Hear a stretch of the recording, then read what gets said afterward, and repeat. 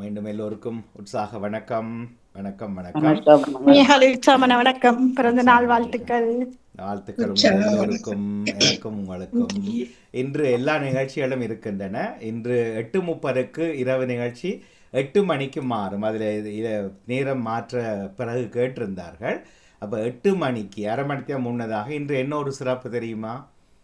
போன வாரம் வஜிதா மோகன் வந்து நின்று பாடிக்கொண்டிருந்த அந்த நிகழ்ச்சியில் இன்று அவருடைய 100வது நிகழ்ச்சி. தெரேஸ் மரியதாஸ் குழுவினர்களுடைய உதிப்பூக்களுடைய இன்று 100வது நிகழ்ச்சி. முடியுமாக இருந்தால் ஒரு முறை இணைந்து அப்போ 8:30 அல்ல, நாங்கள் நிகழ்ச்சிகளை போட்டு 8:30 8 மணிக்கு ஆரம்பமாகும். அவை 100வது நிகழ்ச்சியை வாழ்த்தி கொள்வோம் என்று. பிறகு மாலை 2 நிகழ்ச்சிகளும் 3 நிகழ்ச்சிகளுக்கும் நான் வெளியிலிருந்து தான் இணைய வேண்டும். பிபிசி ஆனந்தி அக்கா, ஆனந்தி சூரிய பிரகாசம் அவர்களுக்கான ஒரு நினைவு கூட்டம் ஒன்றை நடாத்துகிறார்கள். அவை அதில் கலந்து கொள்வதனால் மதியத்தில் இருந்து நான் வெளியிலிருந்து தான் இயக்க வேண்டியிருக்கும். அவை அழகிய மலர்கள் நிகழ்ச்சியில் மறந்துடாமல் கொஞ்சம் வெள்ளனை வந்து இணைஞ்சுங்க. மகிஷா தெரியுமா? தெரியும், மகிஷா. ஒரு ஆளுக்கு தான் தெரியுமா? எங்களுக்கெல்லாம் தெரியாது. மகேஷா தெரியும். தொகுப்பெல்லாம் செய்வார். இப்போ இதில் இருக்கிற சிவாஜினி அவர்களை தவிர மிச்சம் எல்லாருக்கும் மகிஷாவை தெரியும். தெரியும் மகேஷா. வர்ஜினி அவர்களுக்கு தான் தெரியும். சரி, சிவாஜினி அவர்கள் இரவில் சிறைக்கு போய்விடுவார். அப்போ இரவு நிகழ்ச்சியெல்லாம் பங்கு பெற்றதில்லை, சந்தம் சிந்தன் நிகழ்ச்சியை தவிர. அவை மகிஷாவினுடைய அம்மா ஜெயந்தி அவர்கள் இன்று நிகழ்ச்சி தொகுப்பை எடுத்துக்கொள்வார். கொஞ்சம் உற்சாகம் கொடுங்கோ, சரியா? அப்போ அவருக்கு முன்பு இன்னும் ஒருவர் உங்களுக்கு தெரிஞ்சிருக்கும், அவருடைய தான் துணை பொறுப்பாளராக போட்டிருந்தோம். அவர் இந்த பக்கம் வர்றதில்லை, தெரியும் யாருன்னு உங்கள் எல்லோருக்கும். அவர் வரும் வரைக்கும் மகிஷாவினுடைய அம்மாவை அழகிய மலர்களுக்கான தொகுப்புக்கு கொண்டு வருவோம். அவர் மகிழ்ச்சியோடு ஏற்றுக்கொண்டார். அப்போ நாங்கள் இல்லாத நேரங்களில் அவர் நிகழ்த்துவார் அந்த நிகழ்ச்சியை. மற்றும்படி எதிரும் புதிரும் நிகழ்ச்சியும் இருக்கிறது 4 மணிக்கு. சுடரோய்பி கிளப் இன்று 13வது புதிய அத்தியாயத்தை இன்று தொடங்குகிறோம்.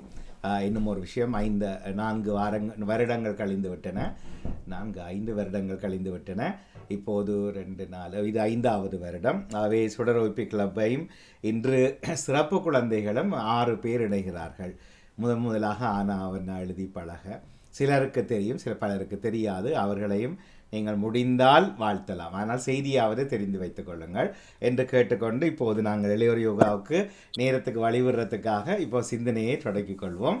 பெற்றோரை தெய்வம் தலைப்பு மீண்டும் மாற்றி இருந்தேன், நினைவிருந்தது போன முறை செய்தது. ஏனென்றால் நேற்று என்ன தினம்? உலக மகளிர் தினம். அதுக்காக கோசல்யாவினுடைய அஞ்சலோட்ட கவிதை நிகழ்வு உங்களை ஒரு தடையுமே காணல. நீங்க அவ்வளவு பெண்கள் தினத்தில் பிஸியா இருந்திருக்கீங்க. அருமையான நிகழ்ச்சியா இருந்தது. கிட்டத்தட்ட 9-10 பேர் பங்கு பெற்றிருந்தார்கள். அதுல நான் 8 பேரும் அழுதார்கள். நீங்கள் அந்த பதிவை யூடியூபில் இன்று இரவு பார்க்கலாம், கண்டிப்பாக பாருங்கள். அதுக்குள்ள பதிலை போடுங்க. ஏன் அழுதார்கள், ஏன் அப்படி அழ வேண்டி வந்தது, எல்லாற்ற கண்களிலும் ஏன் கண்ணீர் சிந்தியது, நிச்சயமாய் நீங்கள் அந்த நிகழ்வை பார்க்கலாம். கோசல்யா சொர்ணலிங்கம் அவர்கள் நேற்று மகிழ்ந்திருப்பார்கள் நிச்சயமாக. ஆகவே அதை வைத்துத்தான் இளையோர்களுக்கு வாசிப்பரம்புக்கும் தலைப்பு கொடுத்துருக்கிறோம். அதையொட்டித்தான் இன்றைக்கு பாருங்கள், வீட்டில் நாங்கள் எங்கள் வீடுகளில் பெண்களா ஆண்களா அதிகாரத்தில் இருந்திருக்கிறார்கள் என்பதை உலகத்துக்கு சொல்கிறதுக்கு தான் இந்த தலைப்பு. சிலர் வாசிச்சிருப்பீங்கள், இல்லாவிட்டாலும் பெற்றோர் தெய்வ நிகழ்ச்சியில் வாசிக்கும் போது அதை கண்டுகொள்ளலாம். அப்போ பெண்கள் சமமா அல்லது பெண்கள் ஆண்களை விட உயரத்தில் இருந்திருக்கிறார்களா என்பது நல்ல வடிவாக தெரிய வரும் என்பது இன்றைய தலைப்பிலிருந்து. அதை நினைத்துத்தான் அந்த தலைப்பை தந்திருந்தேன். சிலர் மாற்றலாகியும் சில வீடுகள் இருந்திருக்கிறேன், ஒத்துக்கொள்ளுகிறேன். அதனால் அந்த பெரும்பான்மையான வீடுகளில் பெண்கள் தான் அதிகாரத்தை வைத்து அப்பாக்களை வெளியில் அனுப்பி காசு உழைக்கும் யந்திரங்களாக்கி தங்கள் நிர்வாகத்தை ஆண்டிருக்கிறார்கள். எவ்வளவு சிறப்பு! இதை சிக்காகோ நகரில் திருப்பி மாநாடு பெண்களுக்காக வைக்கிற போது போய் ஒவ்வொருவரும் சொல்லிட்டு வரணும் திருப்பியும், நீங்கள் என்னையா மாநாடு, எங்கட குடும்பம் அந்த காலத்திலேயே அம்மாக்கள்லாம் அதிகாரம், அப்பா நடுங்குவார். என்பதை போல இன்றைய நிகழ்ச்சியை பார்க்கலாம். இப்போது சிந்தனைக்கு நுழைவோம். உற்சாக வணக்கம் ராஜினி அவர்களே, தொடருங்க. உற்சாக வணக்கம். அதிபர்களுக்கும் அனைவருக்கும் உற்சாக வணக்கம். இன்று 9ஆம் தேதி மார்ச் மாதம் ஞாயிற்றுக்கிழமை சமூக ஒருங்கிணைப்பு வலியுறுத்தும் ஆண்டில் 2025 நாம் அனைவரும் இணைந்திருக்கின்றோம். மூத்தோர் மாண்பு போற்றும் மாதம், சிறப்பு மாதமாக இம்மாதம் எடுத்திருக்கின்றோம். நாம் அனைவரும் சிந்தனையில் வந்து சொல்லும்படி கேட்டுக்கொள்கின்றேன். வணக்கம் அவர்களே, வாருங்கள் சிந்தனை. ஐயாக்கா சொல்றேன்டா, சொல்லுங்களேன். ஆமா, வணக்கம். நீங்க சொல்லுங்க முதல்ல. வணக்கம் இனிய காலை வணக்கம் தோப்பாளினி ராஜினி அல்போன்ஸ் அவர்களுக்கும், வணக்கம் வணக்கம் ஜெயநடேசன் அவர்களே, வாருங்கள் உங்களுடைய சிந்தனையை தாருங்கள். அதிபர் அவர்களுக்கும், கலைவாணி மோகன் அவர்களுக்கும், அனைத்து பாமு அவர்களுக்கும் காலை வணக்கத்தை கூறிக்கொண்டு ஜெயநடேசன் கிறிஸ்த நச்சினை இலக்கம் எனக்கு ஞாபகம் இல்லை. இலக்கத்தை விட்டுட்டு நாங்கள் தவக்காலத்தில் நாங்கள் என்ன செய்ய வேண்டும் என்பதை தருகின்றேன். திரு அவையின் திருவள்ளிப்பட்டு கால அட்டணவிலே மிகச் சிறப்பு பெறுகின்ற காலம் இத்தவக்காலம் ஆகும். இதனை அருளின் காலம், இரக்கத்தின் காலம், மன்னிப்பின் காலம், நோன்பின் இறைவேண்டுதலின் காலம் என பல பேர்களை கொண்டு அழைத்தாலும் இதனை மனமாற்றத்தின் காலம் என்றும் சொன்னால் உண்மை. வருடந்தோறும் வருகின்ற சாதாரண காலமாக இல்லாமல் இது அர்த்தமுள்ள பொருள் நிறைந்த காலமாக மாற வேண்டும். சிறப்பாக உறவு விரிசல்கள் சரி செய்யப்பட வேண்டும். மனிதனின் உறவு முறையான கடவுள், சமூகம், தன்னிலை, இயற்கை என்ற கூட்டுறவு முறை அர்த்தம் பெற வேண்டும்.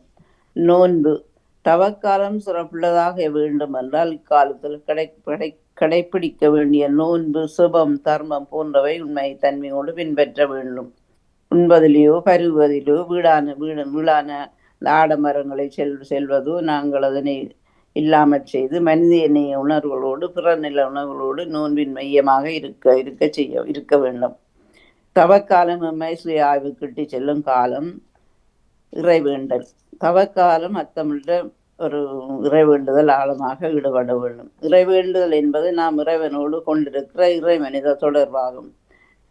இவ்விறை மனித தொடர்புகளுக்கு முன்னடையாக விளங்குகின்ற நம் ஆண்டவர் இயேசு கிறிஸ்துவின் தமது வாழ்வின் ஒவ்வொரு நிலையிலும் தம்மின் தந்தையோடு இறைவேண்டுதலை நினைத்திருந்தார். நாமும் பெரிதுமான காலத்தில் கிறிஸ்து இயேசு கொண்டிருந்த அதே மனநிலையோடு நாமும் தந்தையுடன் இறைவேண்டுதல் நிலைத்திருக்க எமது வாழ்வை ஒரு நிலைப்படுத்துவோம்.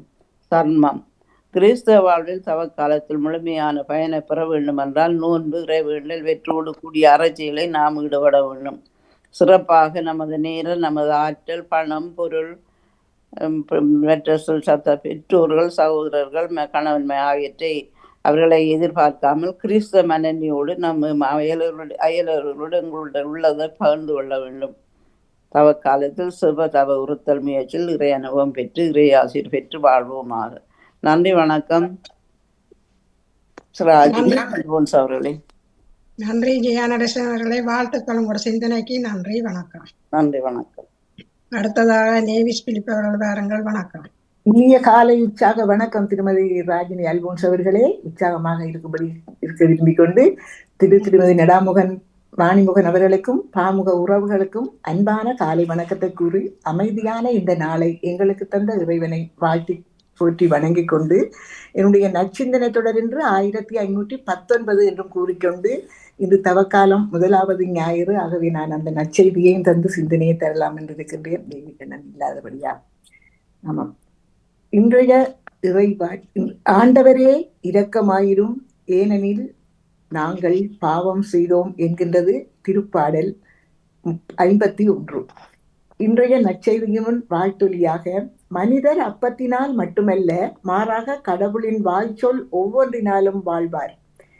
இன்றைய நற்செய்தி வாசகம் புனித மத்தேயு எழுதியது அதிகாரம் 4 திருவசனங்கள் 1-11 முடிய. அக்காலத்தில் இயேசு அலகையினால் சோதிக்கப்படுவதற்காக பாலைநிலத்திற்கு தூய ஆவியால் அழைத்து செல்லப்பட்டார். அவர் 40 நாள் இரவும் பகலும் நோன்பிருந்தார். அதன் பின் அவர் பசியுற்றார். சோதிக்கின்றவன் அவரை அணுகி, நீர் இறைமகன் என்றால் இந்த கற்கள் அப்பமாகும்படி கட்டளையிடும் என்றான். அவர் மறுமொழியாக, மனிதர் அப்பத்தினால் மட்டுமன்றி கடவுளின் வாய்ச்சொல் ஒவ்வொன்றினாலும் வாழ்வார் எனும் மறைநூலில் எழுதியிருக்கின்றதே என்றார். பின்னர் அலகை அவரை எருசலேம் திருநகரத்திற்கு கூட்டிச் சென்றது. கோவிலின் உயர்ந்த பகுதியில் அவரை நிறுத்தி, நீர் இறைமகன் என்றால் கீழே குதியும், கடவுள் தம் தூதருக்கு உம்மை குறித்து கட்டளையிடுவார், உமது கால் கல்லில் மோதாதபடி அவர்கள் தங்கள் கைகளில் உம்மை தாங்கிக் கொள்வார்கள் என்று மறைநூலில் எழுதியுள்ளது என்று அலகை அவரிடம் சொன்னது. இயேசு அதனிடம், உன் கடவுளாகிய ஆண்டவரை சோதிக்க வேண்டாம் எனவும் எழுதியுள்ளதே என்று சொன்னார். மறுபடியும் அலகை அவரை மிக உயர்ந்த ஒரு மலைக்கு கூட்டிச் சென்று உலக அரசுகள் அனைத்தையும் அவற்றின் மேன்மையையும் அவருக்கு காட்டி அவரிடம், நீர் நெடுஞ்சான் கிடையாக விழுந்து என்னை வணங்கினால் இவை அனைத்தையும் உமக்கு தருவேன் என்றது. அப்பொழுது இயேசு அதனை பார்த்து, அகன்று போ சாத்தானே, உன் கடவுளாகிய ஆண்டவரை வணங்கி அவர் ஒருவருக்கே பணி செய் என்றும் மறைநூலில் எழுதியுள்ளது என்றார். பின்னர் அலகை அவரை விட்டு அகன்றது. உடனே வானதூதர் வந்து அவருக்கு பணிவிடை செய்தனர். இயேசு கிறிஸ்து வழங்கும் வாழ்வு தரும் நற்செய்தி. கிறிஸ்துவே உமக்கு புகழ். இன்றைய இறைவார்த்தையின் சிந்தனையாக, வருடம் ஒரு முறை திரு அவை இயேசுவின் பாடுகளை மனதில் சிந்தித்து நம்மை மனமாற்றத்திற்கு மீண்டும் அழைக்கின்றது. இறைமனித உறவை புதுப்பிக்கும் காலம் இத்தவக்காலம். இறுகிப்போன இதயங்கள் மீண்டும் அன்பில் துளிர்க்கும் காலம். ஆணவங்களும் சுயநலங்களும் களையப்பட்டு புதிய வாழ்வு பெற 40 நாட்கள் என்ற இந்த காலகட்டம் பல்வேறு நிகழ்வுகளில் பின்னி பிணைந்துள்ளதை விவிலியத்தின் பல்வேறு பகுதிகளிலும் நாம் வாசிக்கின்றோம். இந்த 40 நாட்களில் முடிவில் கிடைத்த வெற்றி அனுபவங்களை நாமும் பெற்று மகிழ இத்தவக்கால 40 நாட்கள் எம்மையும் அழைத்து நிற்கின்றது. இன்றைய நற்செய்தியில் பாலைநிலத்தில் இயேசு அலகையினால் சோதிக்கப்பட்டார் என்று வாசித்தோம். இன்று இயேசுவுக்கு 3 சோதனைகள் வந்தன. உணவை குறுக்கு வழியில் பெற ஒரு சோதனை, அதிசயங்களை பார்க்க ஒரு சோதனை, அடிமை சுகம் காண ஒரு சோதனை. இயேசு சோதிக்கப்பட்டார், ஆனால் வீழ்ச்சி அடையவில்லை. தூய ஆவியானவரின் துணையோடு பாவச் சோதனைகளை வென்றார். மீண்டும் புதிய வலிமை பெற்றவராக தன் பணியை தொடர்ந்தார். வாழ்க்கை என்பது ஒரு சவால், சோதனைகள், போராட்டங்களின்றி எந்த மனிதனும் வீரனாகவோ மேதையாகவோ புனிதனாகவோ மாறியதில்லை. இயேசுவுக்கு வந்த 3 சோதனைகளும் இணைந்து இயேசு யார், அவர் எத்தன்மைகள் கொண்டவர் என்பதை தெளிவுபடுத்துகின்றன. இயேசு இந்த சோதனைகளை எல்லாம் இறை வார்த்தைகளை மேற்கோள் காட்டி வெற்றி கொள்கின்றார். இறை வார்த்தை அவருக்கு விளக்காய் வாளாய் உதவுகின்றன. இயேசு தனது பசியையும் தேவைகளையும் புகழையும் அதிகாரத்தையும் தேடாமல் இறை தந்தையின் திருவுள்ளத்தை தேடி அதற்கு கீழ்ப்படிந்து இறைமகன் என்பதை இந்த 3 சோதனைகளும் சேர்ந்து தெளிவுபடுத்துகின்றன. நம்முடைய அன்றாட வாழ்வில் எண்ணிலடங்காத சோதனைகளை நாம் சந்திக்கின்றோம். மாறி வரும் முன்னேற்றத்திற்கும் சூழலுக்கும் ஏற்ப புதிய புதிய சோதனைகளுக்கு நாம் உள்ளாகின்றோம். சோதனையில் இருந்து விடுபட சிறந்த வழி சோதனைக்கு உட்படுவதே என ஒரு பழமொழி உண்டு. அவ்வாறு நாம் செயல்பட்டோம் என்றால் நாம் இறைவனின் பிள்ளைகள் என்பதற்கும் இயேசுவின் பாடுகளுக்கும் பொருள் இல்லாமல் போய்விடும். எனவே இறைவன் கற்றுத்தந்த செபத்தை அடிக்கடி செபிப்போம். எங்களை சோதனைக்கு உட்படுத்த விடாதேயும், தீமைகளில் இருந்து எங்களை காத்திரலும் என்று அனிதினமும் எங்கள் செப வாழ்வில் நினைப்போம் என்று கூறிக்கொண்டு சிறிய பாடல் ஒன்று தருகின்றேன். என்னுள்ளே என்னுள்ளே பாலைவனம், எங்கெங்கோ எங்கெங்கோ தாவும் மனம். என்னுள்ளே என்னுள்ளே பாலைவனம், எங்கெங்கோ எங்கெங்கோ தாவும் மனம். வலமோ இடமோ வழித்துணை யாருமில்லை, திரும்பிட திருந்திட திசையொன்றும் தெரியவில்லை. நான் செல்லும் பாதை அறிவதும் நீயே, நான் சொல்லும் சோகம் உணர்வதும் நீயே. நான் செல்லும் பாதை அறிவதும் நீயே, நான் சொல்லும் சோகம் உணர்வதும் நீ, நிறம் என்னை தோழி தாங்கிடுவாயே, நீ எந்த நிழலாய் நடந்திடுவாயே, நிதம் என்னை தோழி தாங்கிடுவாயே, நிதம் எந்த நிழலாய் நடந்திடுவாயே, ஆரோயில் நீருக்க வெளியில் ஈரமில்லை, அனைத்து நீ தேற்ற மனதில் பாரமில்லை, அருகில் நீருக்க வெளியில் ஈரமில்லை, அனைத்து நீ தேற்ற மனதில் பாரமில்லை, என்னுள்ளே என்னுள்ளே பாலைவனம், எங்கெங்கோ எங்கெங்கோ தாவும் மனம், வலமோ இடமோ வழி துணை யாருமில்லை, திரும்பிட திருந்திட திசையொன்றும் தெரியவில்லை என்று வேண்டிக்கொண்ட திருமதி ராகினி அவர்களே, உங்களுக்கும் இந்த அதிகாலை பொழுதினிலே இந்த இறைவேண்டலை சிந்தனையில் இணைந்திருக்கின்ற எல்லோருக்கும் இந்த நாள் இனிய நாளாக மலர்ந்து எல்லோரும் எல்லா நலன்களும் பெற்று அமைதியாகவும் மகிழ்வாகவும் வாழ வேண்டும். நீங்கள் எடுத்துக்கொள்கின்ற எல்லா முயற்சிகளும் சிறந்து செழித்து மேம்பட்டு ஓங்கி வளர வேண்டும் என்று வேண்டிக் கொண்டு இன்றைய நாளில் வருகின்ற எல்லா நிகழ்ச்சிகளையும் அவளோடு எதிர்பார்த்தபடி நானும் உங்களிடம் இந்த அன்பாக விடைபெறுகிறேன். அனைவருக்கும் வாழ்த்துக்கள் கூறி இந்த தவக்காலத்தில் நாங்கள் எங்களையே சோதனைக்கு உட்படுத்தி நாங்கள் வாழ்வோம் என்று கூறிக்கொண்டு விடைபெறுகிறேன். நன்றி, வணக்கம்.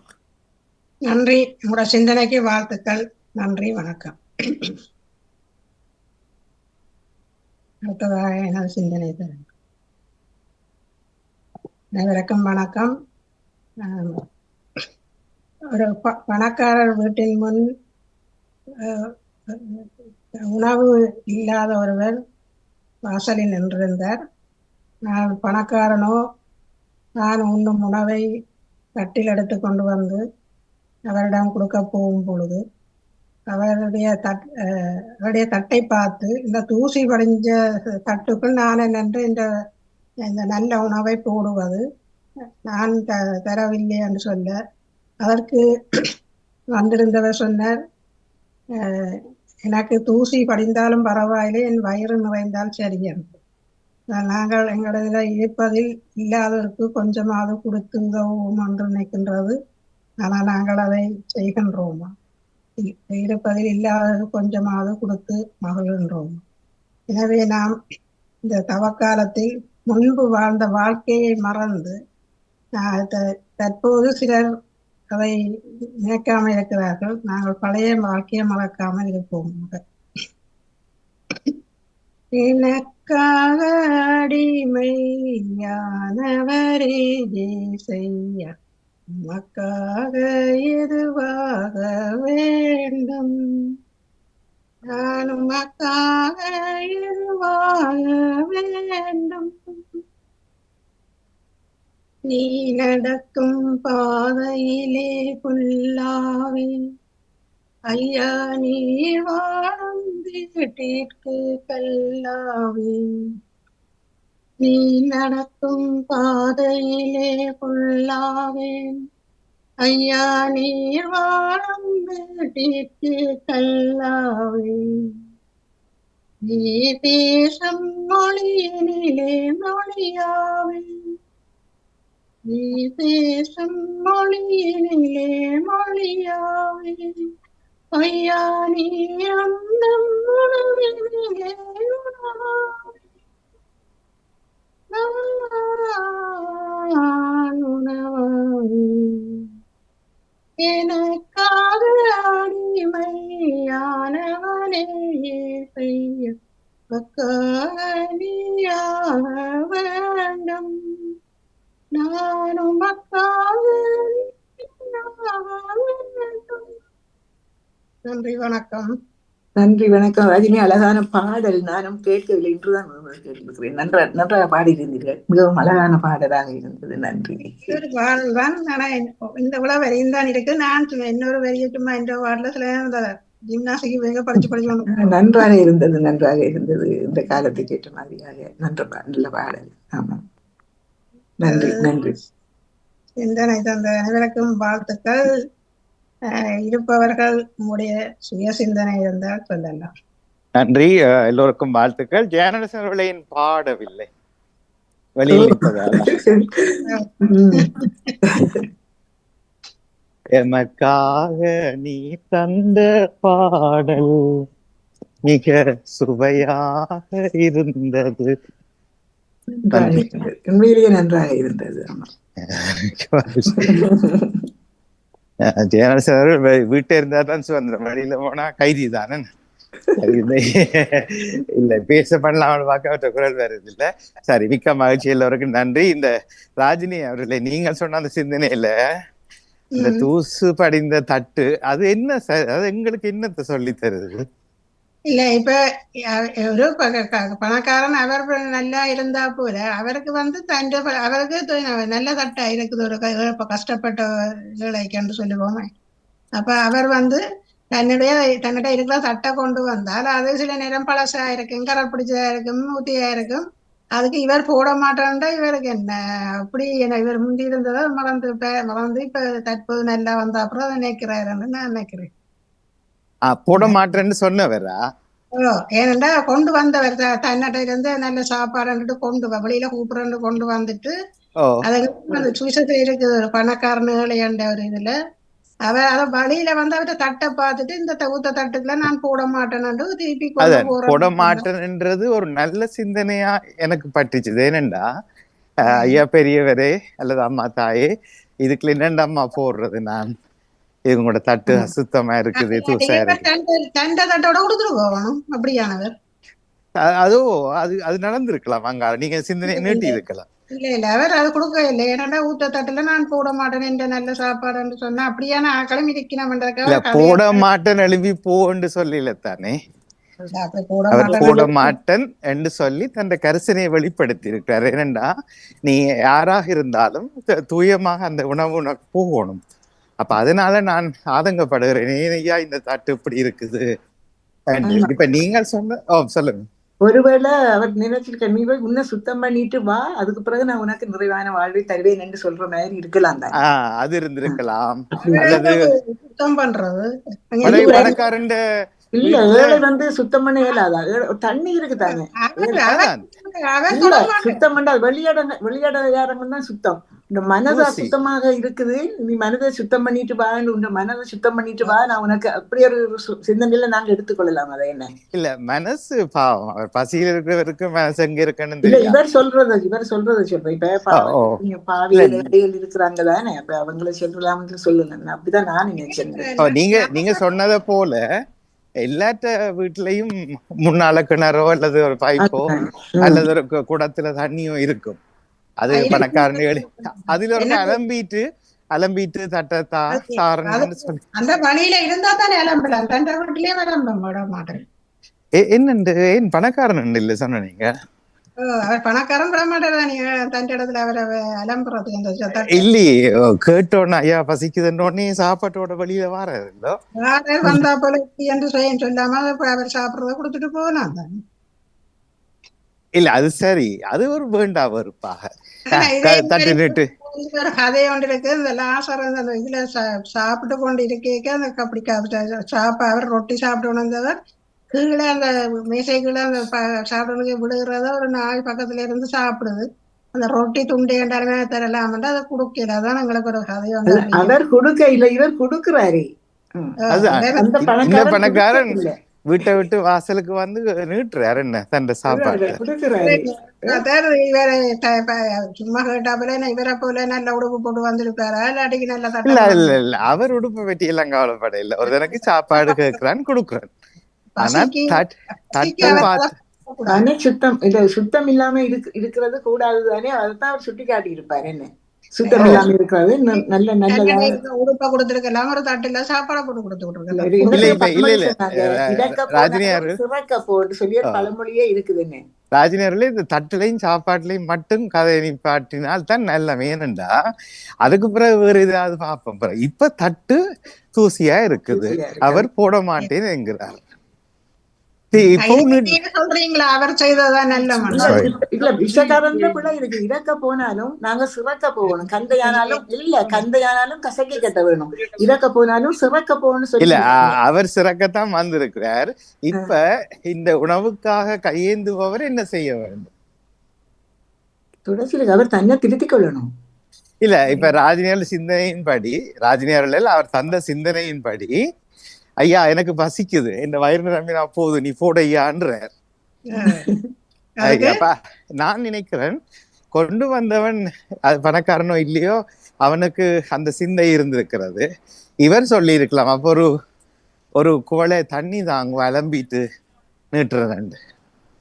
அவர்களுக்கு அண்ணிய கொண்டு கொடுத்துருக்கோம், கழுவி போ கழுவு.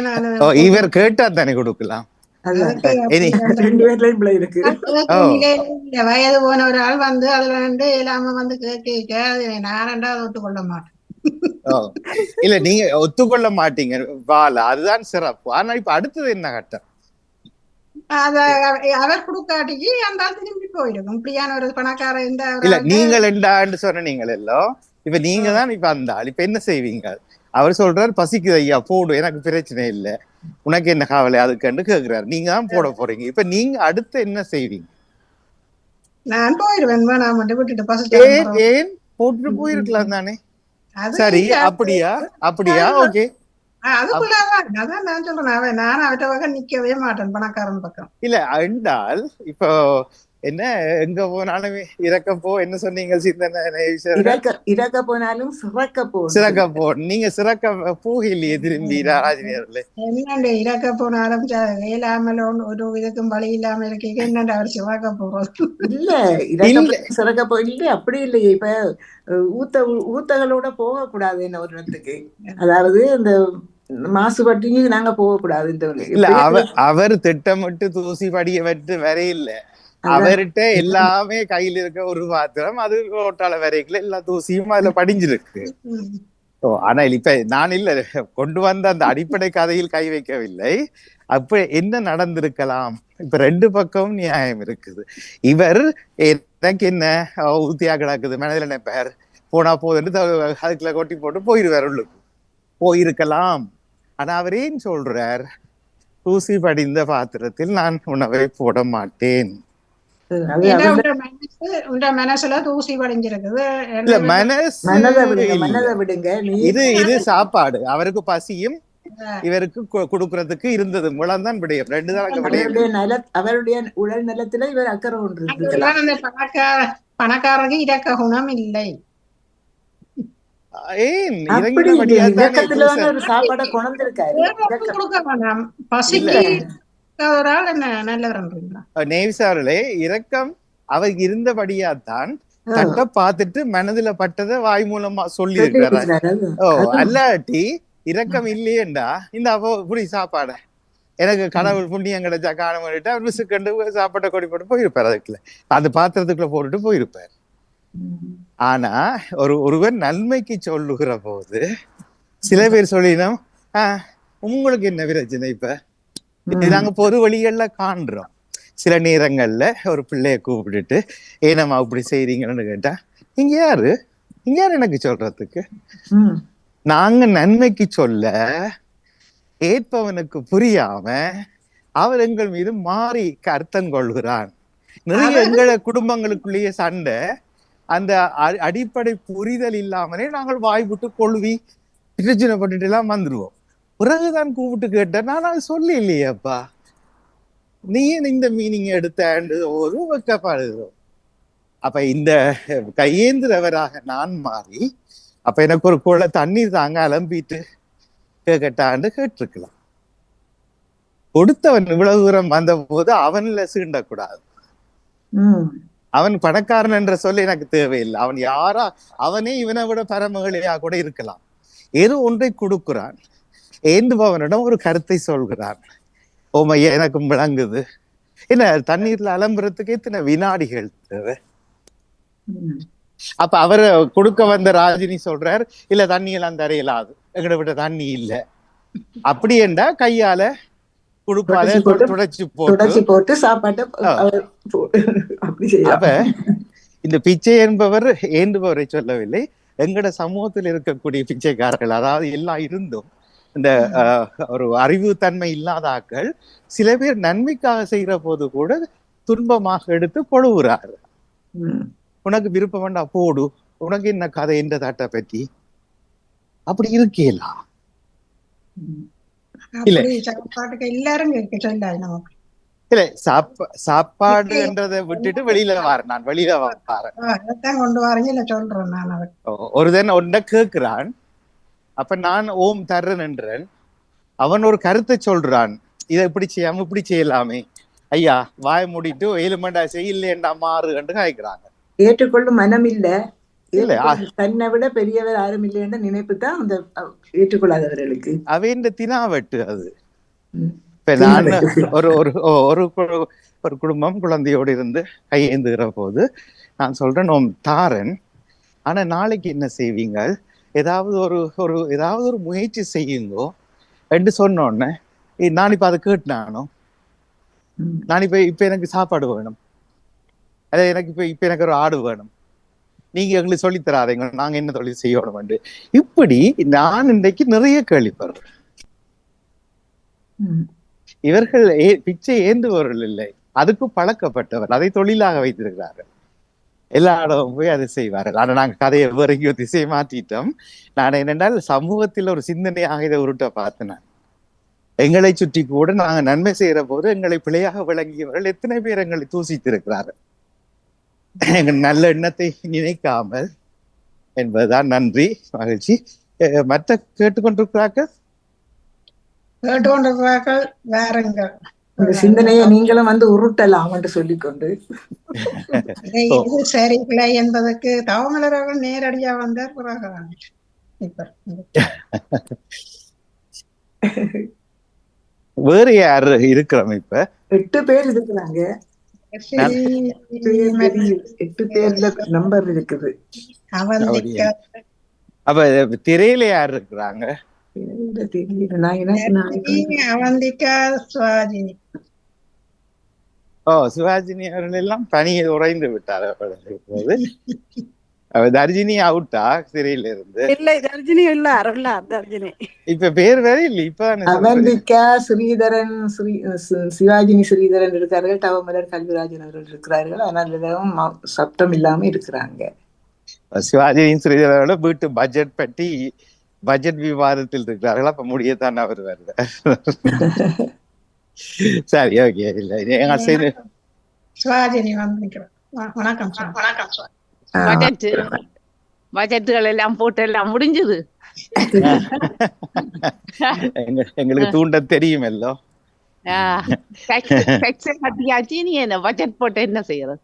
இல்ல இப்ப இன்றைக்கு ரோல்ஸுக்கு நாளைக்கு விடிய பாபிக்கு கரைக்கிறது தானே. அடுத்த கிழமை சாமந்தி சடங்குக்கு மொய்க்கு எல்லாம் வரும். என்ன கதைய? சரி சரி. இங்க வந்து பனியில ஒரே எல்லாம் நல்ல போன கிழமையில இருந்து எங்கள் பகுதியில நல்ல காலநிலை. உடுப்பு துவச்சு வழியில காய போடுற அளவுக்கு காலநிலை. வாழ்த்துக்கள் வாழ்த்துக்கள். வெயில் அறைக்கு காடைய வழியில குளிரும். இந்தா கோழிகள் எல்லாத்துக்கும் வெளியில நின்று நல்ல சந்தோஷமா எல்லாருக்கும் ஒரு மகிழ்ச்சியான காலநிலையாக. என்ன புருளிக் தானே, இலை துளிர் காலம் தானே, எல்லாரும் அது சைத்து இலை தளிர் காலம். இலை தளிர் மன்னிக்கணும், துளிர் சரி, இலை துளிர் காலம். ஆமா ஆமா, ரெண்டும் சரிதான். வசந்த காலம். இலை துளிர் காலம் என்ன இப்பயே வந்துருது. என்ன நாங்கள் பிள்ளைகளோட திரிகிற மட்டும் எல்லாரும் ஆளுக்கால் பேசி மகிழ்ச்சியாக பக்கங்களை தொட்டு செல்கின்றார்கள் மக்கள். அப்ப நீங்கள் அந்த பிச்சையை கேட்டவர் போல அது எந்த பிரச்சனை, புள்ளோர் போடுறதோ ஜாக்கெட் போடுறதோ நீரும் புடவைகளே பேரமெண்ட் சொல்லி இருக்கலாம் தானே. எங்களுக்கு நல்ல ஜக்கெட்டை பாரமான ஜக்கெட்டை தூக்கி கொண்டு நடக்கிறேன்டாலும் சரி, வெளியில போறாலும் சரி, 1008 உடுப்பு போட்டு. உண்மைதான். அந்த தட்டை உடுப்பு போட்டு குளிர்க்க விடாம போகலாம். சில பேருக்கு எனக்கெல்லாம் வெயில் வந்தா சரி. எங்கட பாத்தீங்களோ வெயிலுக்கு ஒழிக்க கூடாது. ஏன்னா ஒன்றில் பாப்பாவில் ஒரு குழந்தை வானொலி வாக்கெழுதும் போது கோடை வந்தால் ஆடை குறையும் என்று அவரை காணவில்லை, பிறகு ஆனால் நினைத்துக் கொள்வோம் எப்போதும் அல்ல. அதே போலத்தான் சிறப்பு சிறப்பு. அப்ப என்ன சிந்தனை வந்தது இதெல்லாம் பார்க்கிற போது? இல்ல என்ன அந்த நீங்கள் பிச்சையை பற்றி கழிச்சு கொண்டு வந்தீங்க. ஐரோப்பியர்கள் வந்து எவ்வளவு இப்ப நாங்கள் வேலை செய்யற முதலாளி மேல இவ்வளவோ வசதி மிக்க பணக்காரராக இருந்தாலும் ஊதியங்களை தொழிலாளர்களுக்கு கூட்ட மாட்டார்கள். ஏனென்றா ஊதியத்தை கூட்ட நாங்களும் பணக்காரராகி நாங்கள் வேலை வாய்ப்புகளுக்கு போக மாட்டோம், வீட்டோடைய குந்தி இருந்துருவோம் என்ற ஒரு பக்குவங்கள் இருக்குது. அப்ப வே சொல்லினோம் என்னென்றா நீங்க கொடுத்துதான் பழுதாகிறீர்கள். கொடுத்து பழுதாக கொடுக்க அது ஈஸி இல்ல, வேலைக்கு ஊதியம் தான். இப்போ அது வேலைக்கு ஊதியம் உங்களுக்கு 20 பிராங்க் அடிப்படை சம்பளம் என்று வைத்தால் அந்த நிறுவனம் கடந்த காலாண்டில் 3 மாதத்தில் கூட வருவாயை பெற்றிருந்தால் அந்த அந்த முதலீட்டாளர் வந்து நாங்கள் கேட்காமலே சரி ஆளுக்கு ஒரு 100 பிராங்க் இந்த முறை போனஸ் என்று கொடுத்திருக்க வேண்டும். நீங்கள் உழைத்தீர்கள், நான் அதிக லாபத்தை பெற்றேன். ஆனா சும்மா இருக்க கொடுக்க கூடாது. ராஜினி வர்றா, ஒரே உடுப்ப போடுறா, கிளம்ப முழுக்க, அப்ப அவாக்கு ஒரு 10 பிராங்க் கூட, அப்படி அதுதான் பிச்சை. பிச்சையை விட மோசம் அது. சும்மா தானே எங்களை பார்த்துட்டு. ஆனா ஏன் உழைக்குவதற்கு ஏற்ற ஊதியம் தரக்கூடாது? அவங்கள்ட்ட ஒரு இதுதான். இப்ப வந்து மாத சம்பளம் இவ்வளவுதான் ஒவ்வொரு தொழில்துறைக்கும், அதே மாதிரி மத்திய சம்பளம் இவ்வளவுதான், இவ்வளவுதான். அவங்களுக்கு லாபம் கிடைச்சாலும் போட மாட்டாங்க. ஆனா அப்படி அதுதான் பிழை என்று சொல்றேன். அத அடிப்படை சம்பளத்தை தருகிறார்கள், நாங்கள் ஏற்றுக்கொண்டுதான் ஒரு தொழிலுக்கு போறோம். என்னால் என்னுடைய சிறிய கூடிய உழைப்பாலும் அவர்களுக்கு கூடிய லாபம் வருதுன்னு நினைச்சா அதில் ஒரு பகுதியை பகிர்ந்து கொள்ளலாம். அங்கதான் தவறு நடக்குது. மற்றும்படி சம்பளம் தர்றது நாங்க இதுக்கு பேச்சுக்கு தானே நாங்கள் ஒப்பந்தம் போட்டு வேலைக்கு போனோம். நாங்கள் அப்ப அதிகம் கேட்க முடியாது. நாங்கள் சரி அவங்களுக்கு நட்டத்துல போனா எங்கிட்ட கேக்குறாங்களே, ஐயோ எங்களுக்கு நட்டத்துல போட்டுது இந்த உடக்கு எல்லாம் 13 மாத சம்பளம் தந்துறாங்க, அதுல கொஞ்சம் தாருங்க எல்லாரும் மட்டும் இல்ல. அப்ப நாங்கள் சொல்றோமோ எங்கட சம்பளத்துல கொஞ்சம் பிடிச்சு கொண்டு தாங்க, நீங்களும் நட்டப்பட்டிருக்கீங்க நாங்க சொல்லுவோமோ. இது நல்ல சிந்தனை, இதுதான் உருட்டல். ஏன்னா எப்பவுமே எங்களுக்கு அநீதியை பற்றி கரைக்கிறோம், எம்மாறு இழைக்கப்படுகிற விஷயங்களை பற்றி நாங்கள் கண்டுகொள்றதே இல்லை. யாராவது சொல்லுங்க பாப்பா. வந்து இதுக்குள்ள நான் இவங்க வந்து தொழில் நிறுவனங்களை வச்சு நிறைய தொழில் நிறுவனங்கள் இயங்குறதாலதான் எங்களுக்கு வேலை வாய்ப்பு வருது. கட்டாயம் தொழில் நிறுவனங்கள் எல்லாரும் ஒரு ஆளுக்குள்ளே நின்று வேலை செய்தோடு நின்றா தொழில் நிறுவனங்கள் இல்லையா இத்தனை பேருக்கு வறுமை கொட்டு கீழே போவினா.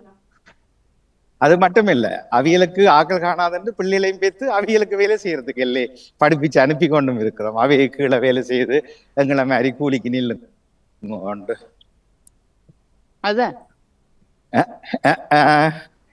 அது தவறு. நாங்க அடுத்த கட்டத்துக்கு போயிருக்கோம். நாங்களும் 2 பேருக்கு கூலி கொடுக்குற அளவுக்கு எங்கள் பிள்ளைகள் உயர்ந்திருக்க வேண்டும். நாங்களும் ஒரு நிறுவனத்தை தொடங்கி கீழே போய் இருக்கிறதுன்றதுக்கு அப்பால நாங்களும் ஒரு தொழில் அதிபராகணும் என்றதுல எல்லாரும் முனைப்பாணிக்க வேண்டியதுதான் முக்கியம். சிறிய அளவில் ஆனால் எங்கள் பிள்ளைகளுக்கு அந்த சிந்தனையை நாங்க ஊட்டினதே இல்லை. நல்லா படிச்சுட்டோம், அந்த கம்பெனில வேலை செய்யலாம், அப்புறம் இந்த கம்பெனிக்கு மாறலாம், எங்கேயும் போய் அடிமையாக கூலிக்கு நிக்கத்தானே நாங்கள் பழக்கி விட்டுருக்கிறோம். ஆனால் எந்த வீட்டில் சின்ன வயதிலிருந்து இல்ல நாங்கள் ஒரு நிறுவனத்துல வேலை செய்து கொண்டிருக்கிறோம், நீங்க என்ன செய்யணும்னு சொல்லி அதை விட தாண்டி நிறைய பேருக்கு ஊதியம் கொடுக்குற அளவுக்கு நீங்க உயர்ந்திருக்கணும்னு சொல்லி. ஓமோ இல்லையா? கட்டாயம் அப்படி செய்திருந்தால் யாராவது எங்களுக்கு தெரிந்தவர்கள் சுவிஸ்லயோ பிரான்ஸ்லயோ இங்கிலாந்துலயோ ஜெர்மனிலயோ பிள்ளைகள் தொழில் முதல்வர்களாக இருக்கிறார்கள் என்று தெரியுமா? 4 பேருக்கு வேலை கொடுக்க நிறுவனத்தை நடத்துகிறார்கள். அவங்க அப்படி தொழில் அதிபர்களாக இருந்தேன்னா அவங்க சப்போர்ட்டா சைட்டில இன்னொரு தொழிலை வச்சு கொண்டு இருக்கிறோம். இல்ல அதுவும் இன்னும் ஒரு நிறுவனம் இணையத்துக்கோ அல்லதுக்கோ வேலை செய்து அதில் இருக்கிற கமிஷன் தான் உழைக்கிறார். நான் கேட்கிறேன் என்றால், நாங்கள் படி அளக்கக்கூடிய நிலைக்கு எங்கட பிள்ளைகள் அரசாங்கத்திலோ அல்லது தனியார் துறையிலையோ அல்லது இணையத்திலேயோ அப்படி இருக்கிறார்கள். எனக்கு நீங்க சொன்ன சரி, அது சப்போர்ட்டிவ் இன்கம் 2வது இன்கம் எடுக்கலாம். ஆனா தொழில் கொடுக்குற அளவுக்கு அதுல இருந்து லாபம் எங்கட பிள்ளைகள் அடிக்கிறோம் என்று வேறு யாரையும் தெரிஞ்சிருக்கிறோமா? இன்றையிலிருந்து தேடுவோம். 3 மாசம் நேரம் எடுத்து தேடுவோம். என்னை பொறுத்தவரை இல்லை இருக்கிறார்கள்.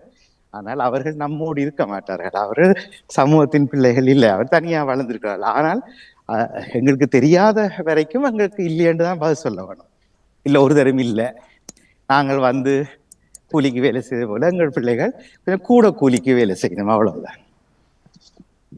நல்லது நாங்கள் சின்ன போயிட்டு இருந்தாலும் சிறப்பு தான். எங்களோடு துணைவேரும் கூட இருக்கிறாரோ? ஆமா. சரி, பின்ன இருக்கார். வணக்கம்.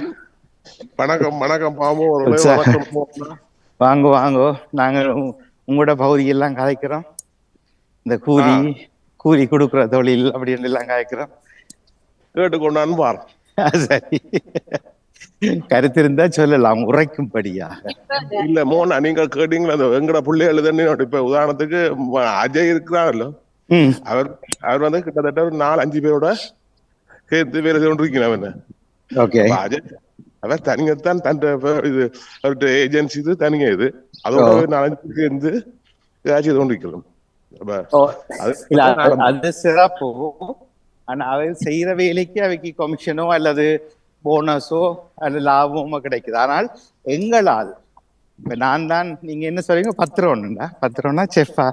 சுவிஸ்ல எப்படி முதலாளியை சொல்லுவீங்க? செஃப். நாங்கள் செஃப்பாக வந்த சரித்திரங்கள் எங்கள் பிள்ளைகள் சமூகத்தில் இருக்கிறதா? இப்ப பெற்றோர் சமூகத்தில் என்ன, லண்டன்ல முக்காவாசி கடையிலும் இலங்கை தமிழர்கள் நடத்துறார்கள் இந்த சாராய கடையை லைசன்ஸ் சொல்லுவோம். ஆனா அங்க 4-5 பேருக்கு வேலை கொடுத்து கொண்டு இருக்கிறார்கள். ஆனா அந்த நிலைமை சுவிஸ் ஜெர்மனியிலும் இருக்கு, இல்ல குறைவு. ஆனா இருந்தாலும் அது தமிழ் கிடையாது தான் இருக்கு. இல்ல இங்க சுவிஸ் டின்னர் வச்சிருக்கணும். தெரிஞ்ச ஒரு மகன், அது சுவிஸ் கடை டின்னர். அதுதான் நான் சிவாஜி கேட்டேன், எனக்கு தெரிஞ்சிருக்குதான். அதை தேடினால் அது ஏன் உங்களுக்கு விருப்பம் இல்லை, அவையில என்ன பிளவடினா நீங்க என்ன சரி செய்றீங்க கூட நாங்கள் பிள்ளைகளோட ஒரு சின்ன அறிவூட்டல் விவாதம் செய்யலாம். ஏன்டா நாங்களும் தெரிஞ்சு கொள்ளலாம், பெரியாக்கள் இல்லையா? இப்ப லண்டன்ல நிறைய இருக்குது. ஆனா ஒன்றுமே என்று சொல்ல மாட்டேன், குறைந்த அளவுதான் பிற சமூகத்தோடு, அதாவது இங்கிலாந்து சமூகத்தோடு சேர்ந்து தொழில்துறையை வளர்த்திருக்கிறார்கள் என்கிற விஷயம் இருக்கிறது. அடுத்தது நமக்கு தெரிஞ்சு அரசியல்ன்றது இன்றைக்கு பயங்கரமான உழைப்பு. இங்கே நான் ஐரோப்பாவை சொல்றேன், இலங்கை இந்தியா சொல்றேன் இல்லை. ஆனால் அதுல எல்லாம் நம்ம அவர்களுக்கு ஒரு விதமான நாட்டமும் இல்லை, அல்லது பெரும் அறக்கட்டளைகள். லண்டன்ல எல்லாம் இல்ல லண்டன் விதி விலக்காக இருக்குது, இங்கே இருக்குது. ஆனாலும் அது அந்த அரசியல் கிட்டத்தட்ட 4-5 பேர் இருக்கணும். இந்த கவுன்சிலர் உள்ளூராட்சி மன்ற அடிப்படையில் வச்சுருவல்ல, உண்மைதான். அதே மாதிரி செங்காலனிலும் ஒருவர், அவர் தமிழீழ செயற்பாட்டாளர் இருக்கிறார்கள். ஆனால் குறைவு. ஆனா அவர்களை பாத்தீங்கன்னா வேற இங்கே தொழில் செய்து கொண்டு பகுதி நேரமாக அரசியலுக்கு வந்திருப்பாரு. எனவே அந்த சிந்தனைகள் விதியட்டும்.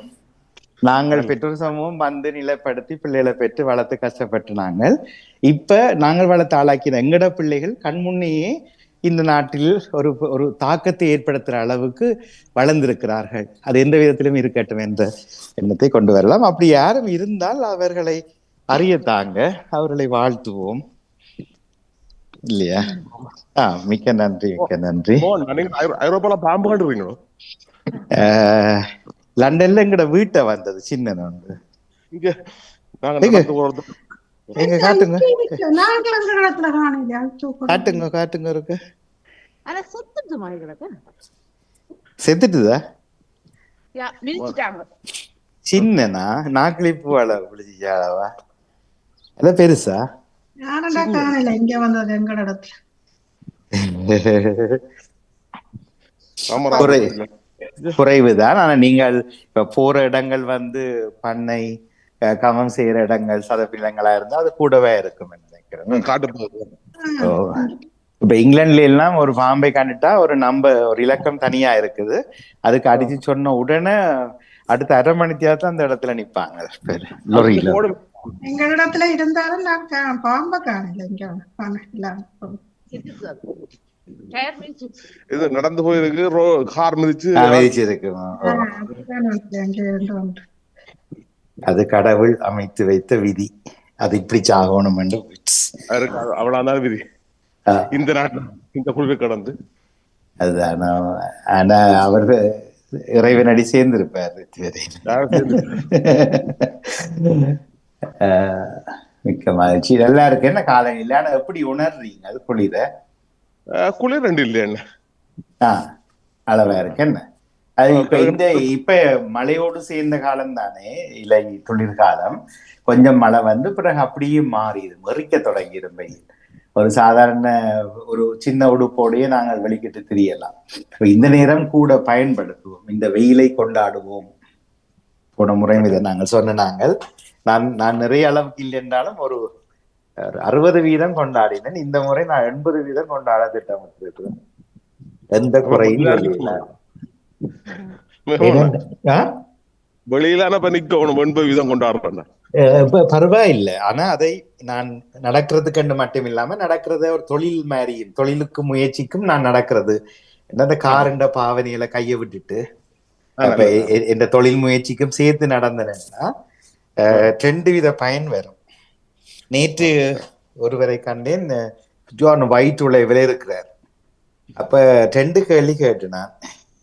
தம்பி தண்ணி எவ்வளவு? தண்ணியோ கண்டுட்டு சும்மா குடிக்கிறேன் நான். ஏன் என்றார். நான் இப்படி ஒரு போத்துல காட்டி 1.5 லிட்டர் இப்படி 3 குடிப்பீங்க. சே, இதுல ஒரு அருவாசி குடிப்பேன் 1 என்றார்.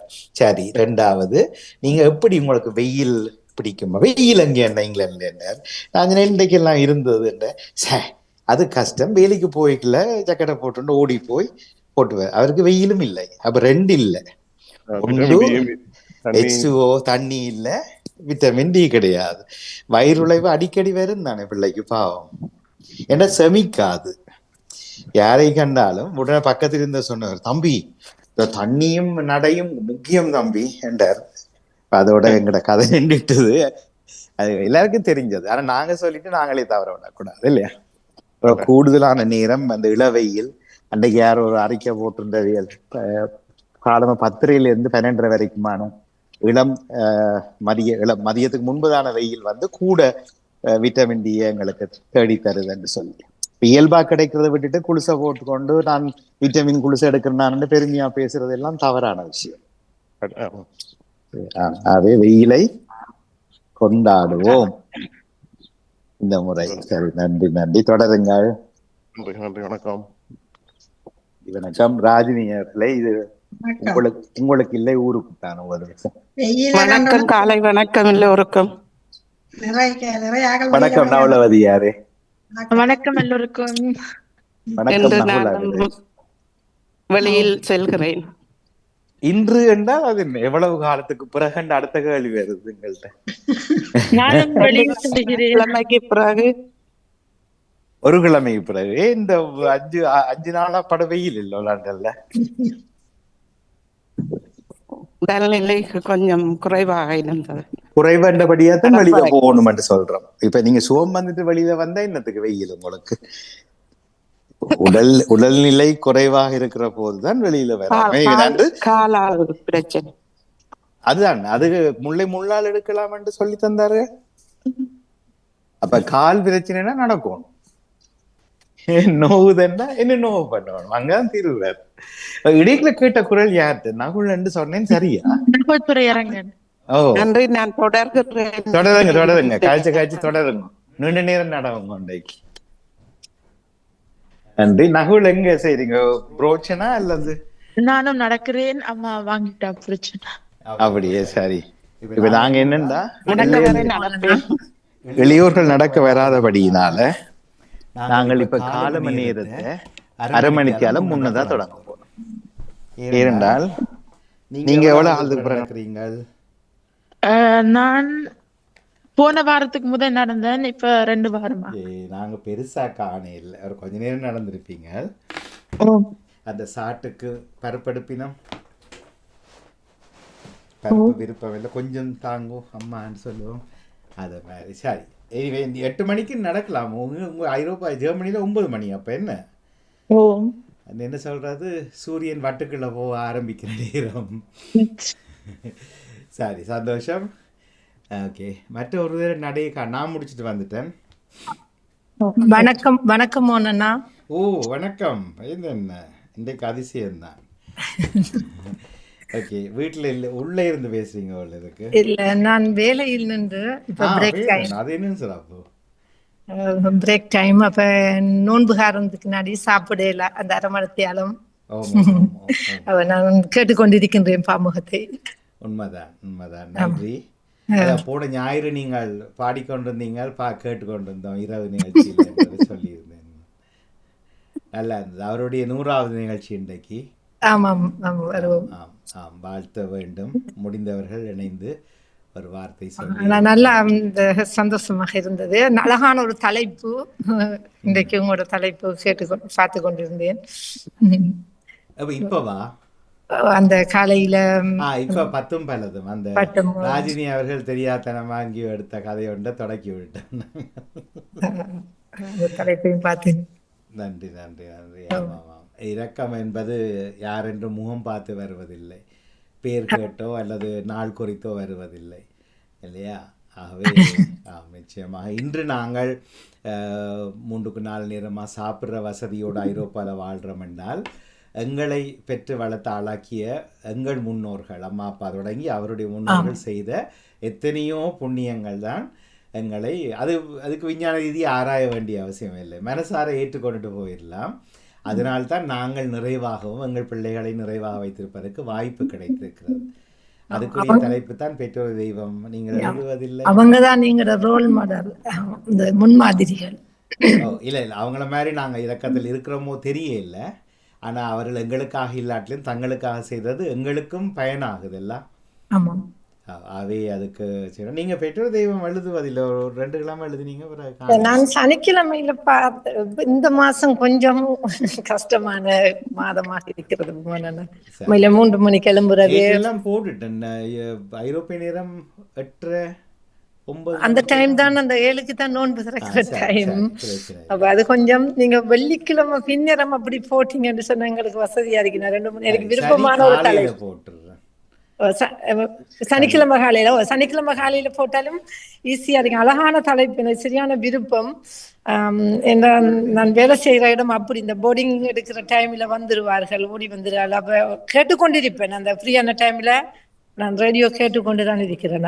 நான் சந்தோஷமான ஞாயிற்றுக்கிழமை மிச்சம் சந்தோஷமான ஒரு நிகழ்வு. மிக்க மகிழ்ச்சி. அதான் இடையக்கு யாரும் போட்டிருக்கீங்க வேற வளர்த்து நிகழ்ச்சி என்ன அந்த பெற்றோரை தெய்வம் அப்படி தலைப்பா கொடுத்தா நீங்க எழுதி வச்சுட்டு உடனே அனுப்பி விட்டா சரி. முதல்ல அல்லது குரல் பதிவு கூட தரலாம். குரல் பதிவில் இயலாத நாட்களில் எழுதினால் நல்ல மேனென்றால் அதை இனி நீங்க இணையத்துல பதிவு செய்து வச்சா உங்களோட பக்கத்துல அது புத்தகமாக விழுந்து கொண்டிருக்கும். அடுத்தது என்னன்னா, அந்த டைம்ல கேட்கலாமோ தெரியாது, அந்த இது போகுதில்லை, அந்த கவிதை பதிய முடியாம இருக்கின்றது. நான் எல்லாம் கொடுத்துட்டேன். அந்த உறவுகள் பதிவுல வாழ்த்துக்கள் போட்டேன், அது போயிருக்குது. ஆனா கவிதையை ஏத்த முடியாமல் இருக்குது. 58 சொற்கள் தான் நான் எழுதுனேன். நீங்க என்னண்டா, அது அன்றைக்கும் கேட்டோம், மீண்டும் கேட்கிறேன். எந்த இடத்துல நீங்கள் முடியாம நிக்கிறீங்களோ அந்த இடத்த போட்டோ பண்ணிட்டு எங்களுக்கு அனுப்பினால்தான் தெரியும் நீங்க எங்க நிக்கிறீங்கன்னு. இப்படி சொல்ல, ஏனெண்டா எனக்கு ஏறினால் உங்களுக்கு ஏறும், அதுதான் விதி. ஏன்னா அதுக்கு உங்களுக்கு எனக்குன்னு மாறி மாறி வேலை செய்யாது. அப்போ எங்கேயோ ஒரு விஷயத்தை தவறாக செய்கிறோம் அல்லது செய்யாமல் இருக்கிறோம். இப்போ நீங்கள் வேலையில் அடுத்த பிரேக்கில் ஒரு கவிதையை பதிவேற்றம் செய்து கொண்டு போங்க. மொபைல்லையா செய்கிற நீங்கள்? இல்ல நான் வீட்டை கம்ப்யூட்டர்ல தான் செய்தேன் நான். சரி, மொபைலில் பழகினா வேலை சுலபமாக போயிடும். சுலபமாக ஓகே, சரி. வீட்டை போயிட்டு இரவோ நாளைக்கோ திருப்பி கவிதை ஏற்றி எங்கே போகாமல் நிற்குதோ அந்த இடத்த கேமராவில் உங்களோட மொபைலில் ஃபோட்டோ பண்ணிட்டு வாட்ஸ்அப்புக்கு போடுங்க. உடனே அடுத்த 5 நிமிடத்தில் தீர்வு தரப்படும். ஓகே, அந்த நம்பரை போடக்குள்ளதான் போக முடியாமல் இருக்குது. நான் அனுப்புகிறேன். அந்த இடத்த காட்டுங்க. அப்போ எங்களுக்கு அதை விரித்து பார்க்கலாம். பார்க்கல இதில் இப்படி போட இல்லை அது இப்படி செய்யலையாண்டு வேறு ஒன்றில் நீங்கள் பதிவு செய்து போட்டால் படத்தோட வரும், பதிவு செய்யாமல் போட்டால் சும்மா ஒரு முகத்தோட ஒரு உருவத்தோட கவிதை பதிவு அறியும். ஒன்று கணக்கு செய்ய சொல்லி கேட்கறது என்னென்னால் அது வேறு தேவையில்லாதவர்கள் எல்லாம் அதுக்குள்ள நுழைந்து விடுவார்கள். அது வெல்லலாம். சந்தோஷம். அழகான தலைப்பு. உங்களுக்கும் வாழ்த்துக்களை கூறிக்கொண்டு இந்த நீங்க ஈஸ்டரா சொல்லுங்க. ஈஸ்டர் விடுமுறைக்கு பயணிகள் எல்லாம் இனி நிறைய ஆரம்பிப்பார்கள். சரியான நார்மலா இந்த டைம்ல போனோம்னா இந்த அந்த இந்த சும்மா அந்த பிஸி இல்லாம தான் இருக்கும். இந்த இப்ப என்னன்னு தெரியல, வயசு பொண்ணாக்கள் எகிப்து அப்படி போறாங்க நிறைய பேரு. எகிப்து அப்படி சைட்டுக்கு போறாங்க. வாரக்கிழமை தான் ஈஸ்டர் விடுமுறைகள் இருக்கிறது. இந்த ஒவ்வொரு இங்கு 3ஆக பிரிப்பார்கள். நெதர்லாந்த நார்த், வெஸ்ட், மிடில் என்று சொல்லி 3 பகுதிகளாக பிரிச்சு தான் இந்த பாடசாலைகளை இந்த ஹாலிடே விடுவார்கள். அந்த உங்களுக்கு இளவரசியினுடைய தினம் வருகிறது அல்லவா? அது வார மாசம் ஏப்ரல் இந்த வரப்போகுது. ஏப்ரல் 20 அவட மகண்டத்தை தான் இப்ப கொண்டாடுறோம். அதுலயும் ஒரு பிரச்சனை என்று சொன்னா 27ஆம் தேதி ஞாயிற்றுக்கிழமை வாரப்படியா சனிக்கிழமை அதை எடுத்திருக்கிறார்கள். ஞாயிற்றுக்கிழமைக்கு அதை விட இந்த ஈஸ்டருக்கு உங்களுக்கு ஒரு வாரம் அப்படி விடுமுறை. 10 நாட்கள் பாடசாலை குழந்தைகளுக்கு விடுமுறை, ஹாலிடேக்கு கூட்டிக் கொண்டு போவார்கள். ஆனால் நீங்கள் அம்ஸ்டர்டாமில் வேலை செய்தபடினால பல பேர் கனெக்டிங் ஃப்ளைட் எடுக்கிறதுக்கு ஐரோப்பாலேருந்து வருவார்கள். இப்போ யூகே எல்லாம் அம்ஸ்டர்டாமுக்கு இறங்கி அங்கிருந்து தான் அடுத்த ஃப்ளைட் எடுக்கிறது சீப் அவங்களுக்கு. கேட்டீங்கன்னா பயணிகள் தொகை விமான நிலையத்தில் கூடவே இருக்கும். இப்போ நான் நிற்கிறது அதிகமாக பிரிட்டிஷ் ஏர்வேஸ் சைட்ல தான் நான் கூடுதலாக வேலை செய்கிறேன். அது எந்த பிரச்சனை கொரோனா டைம்ல கூட அந்த பிஸ்னஸ் பண்றாக்கள் தான் கூடுதலாக போவார்கள். காலையில போயிட்டு பின்னர் வாராக்கள் கூடுதலாகவும் இருப்பார்கள். அப்படியான ஒரு அடுத்த அந்த ரான்சீட் எடுத்து போறாக்கள். எங்கட நிறைய பேர் எங்கட உறவுகளை நான் சந்திப்பேன், தமிழ் பேசுற உறவுகளை. இப்பொழுதும் இன்றைக்கும் 2 பேரை சந்தித்தேன். அவங்க இந்த லண்டனில் இருந்து வந்திருக்கின்றார்கள். சந்திப்பார்கள், இந்த தமிழ்லையும் பேசுவார்கள். இந்த தனியை பேசி கொண்டிருக்கக்குள்ள நான் கேட்பேன், எல்லாம் பாமுகத்தின் உற்சாக வணக்கம் என்று சொல்லுங்க. என்னன்னு கேட்டா மட்டும் என்ன பாமுகம் சொல்லுங்க, மற்றபடி கேட்டு போட்டு அப்படி ஏன்னு கேட்டா சொல்லுங்க, உங்கள் முகம் அழகா இருக்கிறது, அவை பாமுகம் என்று வர்ணித்தேன் அப்படி என்று சொல்லிட்டு மகிழ்ச்சியா தொடருங்க. உங்களுடைய உணவு இடைவேளை உணவு இல்லாவிட்டாலும் தொடரட்டும். நீங்கள் 30 நாட்களா 40 நாட்களா? 30 நாட்கள் பெருநாளை எடுத்துட்டு 6 நோன்பு திரும்பி விரும்பினா நாங்க பிடித்து கொள்ளலாம். நீங்க நோன்புல தான் இருக்கிறீங்க? எல்லோரும் நோன்பு தான் வீட்டுல. ஆனால் இங்கு தவசு கால நோன்புல இருக்கிற ஒருத்தருமே நோன்புல இல்லையாமே இங்க அவங்க அவங்களோட தூண்டி விடலாம்ன்றதுக்காக சொல்றேன். அவங்களோட விருப்பம், அவங்க நோன்பு நோன்பு இருக்கிறதுக்கு எங்களுக்கு 60 வயசுக்கு மேற்பட்ட ஆக்கள் நோன்பு பிடிக்கிறதுக்கு அவ்வளவு இல்லை. சுயினமாக்கள் நோன்பு பிடிக்கலாது. ஆனா மாம்சம் இல்லாம ஒருத்தலா இருக்கிறோம். பிடிக்க இயலாதா? பிடிக்க தேவையில்லையா? பிடிக்க இயலாது. அது பிடிக்க தேவையில்லை. 60 வயதுக்கு மேற்பட்டவர்களுக்கு பசிக்கிறது குறைவா இருக்கும். நாங்கள் தான் அதிகம் பிடிக்கலாம். நான் என்னுடைய அம்மாவினுடைய உடல் மறைவில் இருந்து காலையில் சாப்பிடுவதில்லை. எங்கேயாவது மாறி வலுக்கட்டாயமாக இருக்கிற இடத்துல எடுத்துக்கொள்வேன். மற்றும்படி மத்தியானம் 12, 1, சில 2க்கு பிறகுதான் என்னுடைய முதலாவது. அது இது அம்மாவுக்காக செய்ய இல்லை, அப்படி ஒன்றும் சென்டிமெண்ட் சொல்ல வரையில்லை. ஒரு சாட்டை எடுத்துக்கொண்டேன். ஒரு டாக்டர் சொன்னார், வயிற்றை காய வைத்து சாப்பிடுங்க, ஒரு கிழமைக்கு ஒருக்கா செய்தால் நல்லம், ஒவ்வொரு நாளும் செய்தால் அதை விட எங்கட ராமாங்கூர் ஐயா பார்த்து அதி உத்தமம். அவருடைய பாசையில் சொன்னால் அவை சாப்பிட வேண்டும். அதை நான் உங்களோடும் ஒரு நாள் விவாதித்திருக்கிறேன். என்ன அந்த அரசகுமாரன் மாதிரி காலை சாப்பாடு சாப்பிட்றது எல்லாமே அது அந்த குறிப்பிட்ட வயதினர்களுக்கு. நாம் எல்லோருமே இளமைனது படைத்த வயதுக்கு வந்துட்டோம் இல்லை. சரி, இல்லை, நான் சும்மா தூண்டி விட்டேன்.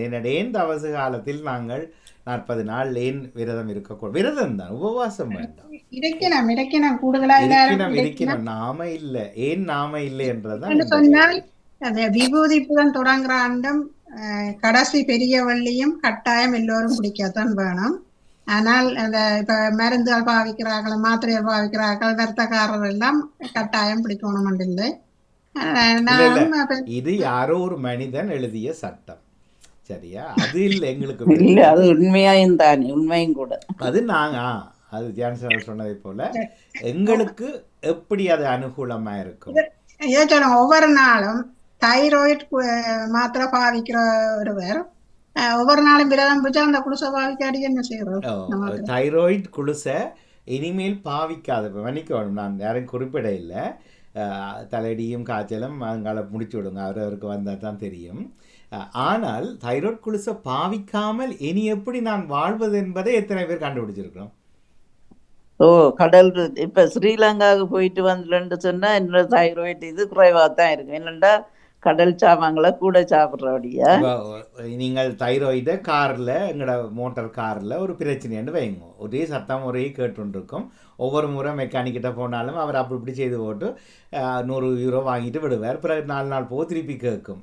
இப்போ கூப்பிட்டு கேட்க வேணும், என்ன சத்தம், என்ன செய்து விடுறியல், நான் என்ன செய்தால் இதை மாற்றலாம். அவர் சில வேளை சிரிச்சிட்டு சொல்லுவார், இதை விற்றுட்டு வேறு காரை வாங்கோண்டு. அது இல்லை, இந்த காரையே ஓடணும், இந்த உடலை நான் விற்க முடியாது. அப்போ தைராய்டு என்றது பிரச்சனை. நான் அறிந்த தைராய்டு காரர்கள் என்று சொன்னவர்கள், தங்களை அறிமுகப்படுத்தினவர்கள் காலம் முழுக்க குளிசதானாம். இது அறிவீனம், அப்படி வராது. ரஜினி அவர்கள் தேகமே தேற்றும். ஆனால் எங்கேயோ ஒரு இடத்துல சிக்கல், அந்த சிக்கலை மட்டுமே ராஜினியோட முகம் எப்படி போகுது. ராஜினியோடைய முகத்துக்கு நான் ஒரு தைத்த வரி சொல்வதா இருந்தால், இவர் சும்மா கதைச்சு கொண்டிருப்பாரு, இவருக்கு தெரியும். அப்படி அல்ல, தன்னம்பிக்கையோடு ஒரு கார் வைத்திருப்பவன் மெக்கானிக்கிட்ட போகாமல், உடல் வைத்திருப்பவன் டாக்டர்கிட்ட போகாமல், சரியா, மனம் வைத்திருப்பவன் கோயிலுக்கு போகாமல் வாழக்கூடிய ஒரு தைரியத்தை கடவுளுடைய படைப்பிலிருந்து எடுத்து தைரியமாய் வாழ வேண்டும். இதை விட வேறு என்ன இந்த சிந்தனையத்தில் நாங்கள் சொல்கிறது? ஐயோ பாவம் தைராய்டோ, ஓ நீங்கள் பாவம் அக்கா, உங்களுக்கு கஷ்டம் என்ன, இப்படியே காய்க்கிறது. நாங்கள் ஒரு பொது வழியில் வந்து இப்படி கதைக்க முடியாது. நான் சொல்லுவேன் என்ன, முதல்ல தைராய்டை நிப்பாட்டுங்க, பிறகு நீங்கள் சாப்பாடை நிப்பாட்டுங்க. பொருத்த வேண்டாம் எடுங்க. இப்போ இது திருப்பி எனக்கு அடிக்குமெண்டு வைங்க. எனக்கு தைராய்டு இப்போ வருதுன்னா நான் செய்யக்கூடிய வேலை எனக்கு சொல்லியிருக்கேன், நான் இதோட சொல்லியிருக்கேன். கால் ஆர்த்ரைட்டிஸுக்கு குளுசை தந்தார்கள். டாக்டர்கிட்ட திருப்பி முறைச்சி கேட்டேன், இதை குடித்தாதான் நான் இனிமேல் வாழலாமா? இல்லை, மாற்று வழி இருக்குது. அந்த வழி செய்ய முடியாதுன்னால் இந்த வழி. என்ன வழி? நல்லா நடவுங்கோ, நல்லா நீந்துங்கோ, காலை வச்சு கொண்டு கையை பிடிச்சி கொண்டு முழங்கால் அசைச்சு வச்சு ஒவ்வொரு நாளும் 6-7 மணிக்கு எக்ஸசைஸ் செய்யுங்க. ஃப்ரான்ஸ் பாசையில் வாழா அண்டையிலிருந்து அதை செய்ய தொடங்கினேன். இன்றைக்கு 100 தரம் படியிறங்கி வேலை செய்கிற, கீழ்மாடிக்கு போகிற வேலையில் நான் 4 நாட்கள் செய்தோன்னு தான் இருக்கிறேன். அதுதான் நம்பிக்கையே தவிர, நீங்கள் கேட்ட வேலைக்கு பதில் வந்துட்டு தான் ராஜினர்களே. தைராய்டுக்காரர்கள் இப்போ என்ன செய்கிறது? எங்கட இதில் வந்து இயலாதவர்கள் கட்டாயம் பிடிக்கணும். இல்லை இல்லை, அதை நீங்கள் நினைக்கிறீங்களா கடவுள் சொல்லியிருப்பாரா அல்லது அதை வழி நடத்துபவர்கள் சொல்லி தந்திருப்பார்களா? என்ற பெயரில் வழி நடத்துவார்கள். அவர் சொன்ன காலம் 20ஆம் நூற்றாண்டா, 21ஆம் நூற்றாண்டா, அல்லது 17ஆம் நூற்றாண்டா, அல்லது 11ஆம் நூற்றாண்டா? பரம்பரையா தானே வருது. இல்லை வருது, ஆனால் பரம்பரை அல்ல. இப்போ புதிய சந்ததிகள் பிறந்து புதிய உலகத்துக்குள்ள போய்க்கல இவர்கள் முன்பு சொன்னதிலிருந்து சில விஷயங்களை உணர்ந்து கொள்ள வேண்டும். நான் பிழை என்று சொல்ல இல்லை. விதிவிலக்கு அங்கே விஞ்ஞானத்திலும் மெஞ்ஞானத்திலும் விதிவிலக்கு இருக்குது. நீங்கள் இப்போ சொல்கிறது மெய்ஞான விதிவிலக்கை பற்றி சொல்கிறீங்க, ஒத்துக்கொள்கிறேன். ஆனால் ஏன் அதை சொன்னார்கள்? நான் சொல்கிறேன் என்றால் ஜெயலலிதா சொன்னதைக்காகத்தான் தொடங்கினாங்க. 60 வயசு தாண்டினால் பசி குறையும், குறையாட்டி பிரச்சனை, நடாமனுக்கு குறையில்லை, அது அதனுடைய இருக்கு பிரச்சனை. சரி, ஆனால் பொதுவாக அந்த நேரங்களில் வயிற்றை ஒரு ஒரு ஒரு பயிற்சியை மாதிரி ஒரு போகத்துக்கு ஒரு நேரத்துக்கு தவிர்த்து விட்டு பிறகு ஒரு 2 மடங்காக கூட சாப்பிட்டா வயிறினுடைய சமிபாட்டு தொகுதிகள் உட்பட்ட நரம்புகள், அதில் ஓடுற குருதி நாடி நாளங்கள், மற்ற கலங்கள், எங்களை எல்லாமேக்கும் புத்துணர்ச்சி கிடைக்கும். அதை நான் ஒரு முறை சொன்னேன் தானே, இந்த ஃபோனை அப்படி நல்லா சார்ஜரங்க விட்டுட்டு சார்ஜ் பண்ணுங்க கிழமைக்கு ஒருக்கா. எந்த நேரமும் கொண்டு சார்ஜை வேரில் ஓட்டி கொண்டுண்டா இந்த ஃபோன் கரியாக பாதுகாப்போம். அதே போலத்தான் சாப்பாடை நிப்பாட்டி 2ஆம் 3ஆம் வேளைக்கு போய்க்கல அந்த நிப்பாட்டின தருணம் முழுக்க எங்களுக்கு உடலுக்குள்ள ஆரோக்கியம் நிகழும். நரம்புகளிலிருந்து கலங்கள் வரைக்கும் புத்துணர்ச்சி பெறும், அதுக்கு வேலை குறையும். அதைத்தான் சொல்றாரு, பின்னர் 5-6 மணிக்கு பிறகு சாப்பிடாதீங்க உண்டு. அது சுகம். ஏனென்றால் 5-6 மணிக்கு பிறகு சாப்பிடாட்டி அடுத்த நாள் காலை வரைக்குமான அந்த 8, 9, 10 மணித்தியாலம் பிருத்த ஓய்வு எங்களுடைய உடலுக்கு. ஆனா ஒரு நேரம் சாப்பாட உங்களை சொல்றேன் நிப்பாட்டலாம்.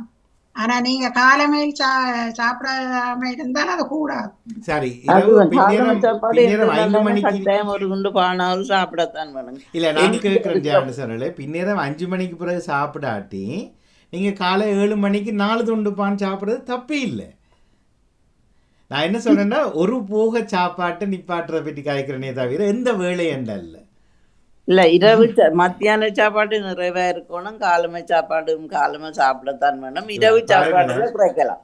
நீங்க சொன்னது சரி, அது பொதுவான ஒரு வழிமுறை. இப்ப நான் வேலைக்கு போயிட்டு 2 துண்டு பான் சாப்பிட்டாலே எனக்கு சாமான் இறக்கலாது, ஏன்னா கண் துஞ்சும் கால் வரைக்கும் எனக்கு சுகர் கூடும். அப்போ மத்தியானம் சாப்பிடும். எனக்கு இரவு வந்தால் 12 மணிக்கு தான் சாப்பிடலாம். 12 மணிக்கு சாப்பிட்றேன் நான் பிழைதான். ஆனால் அடுத்த நாள் 2 மணிக்கு தானே திருப்பி சாப்பிட்றேன். அது அப்படி இல்லை, பிழையண்டல்ல. நீங்கள் அந்த குறிப்பை விட்டு தவற விட்டுறீங்க.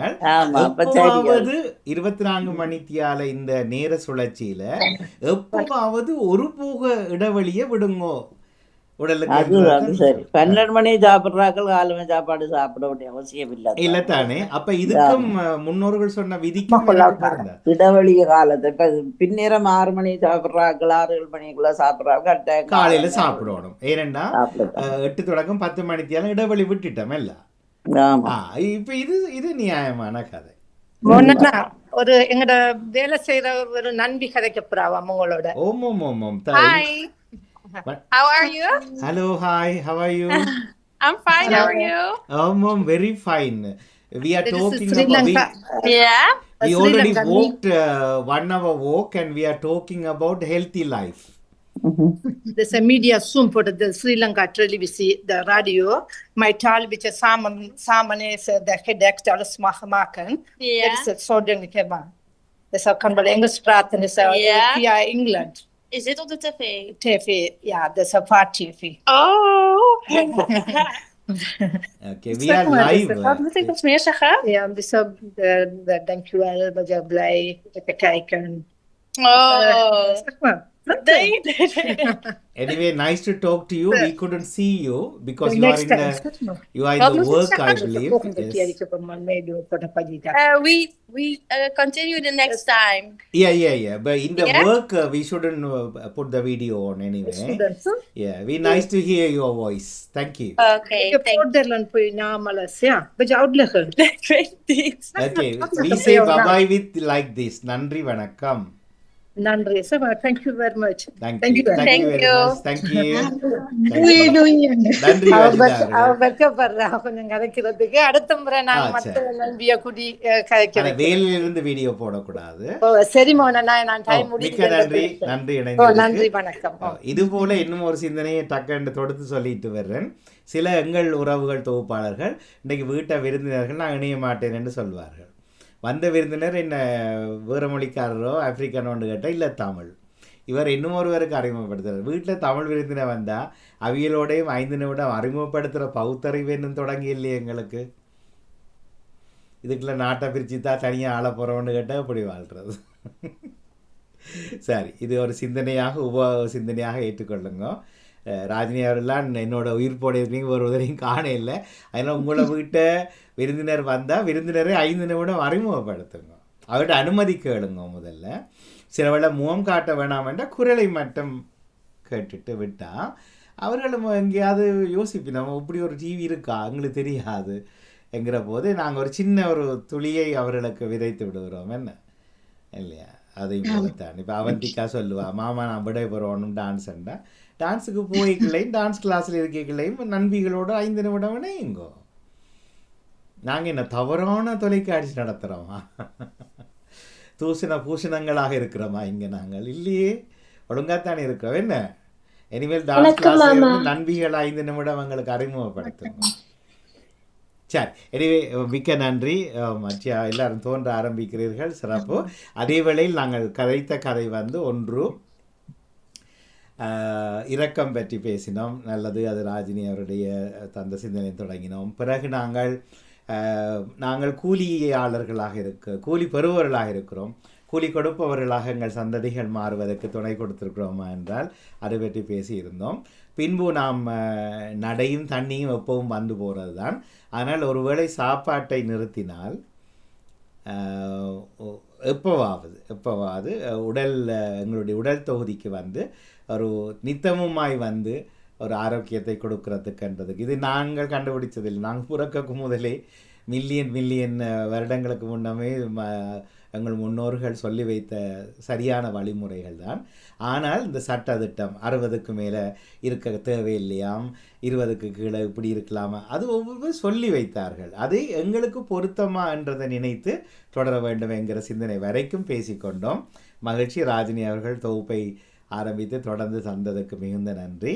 இனி பெற்றோரை தெய்வத்திற்குள் இணைவோம். இப்போது இன்றும் ஒரு முக்கியமான தலைப்பு தான், எல்லாமே முக்கியமான தலைப்பு தான்.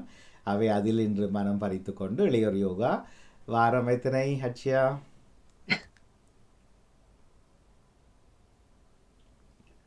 170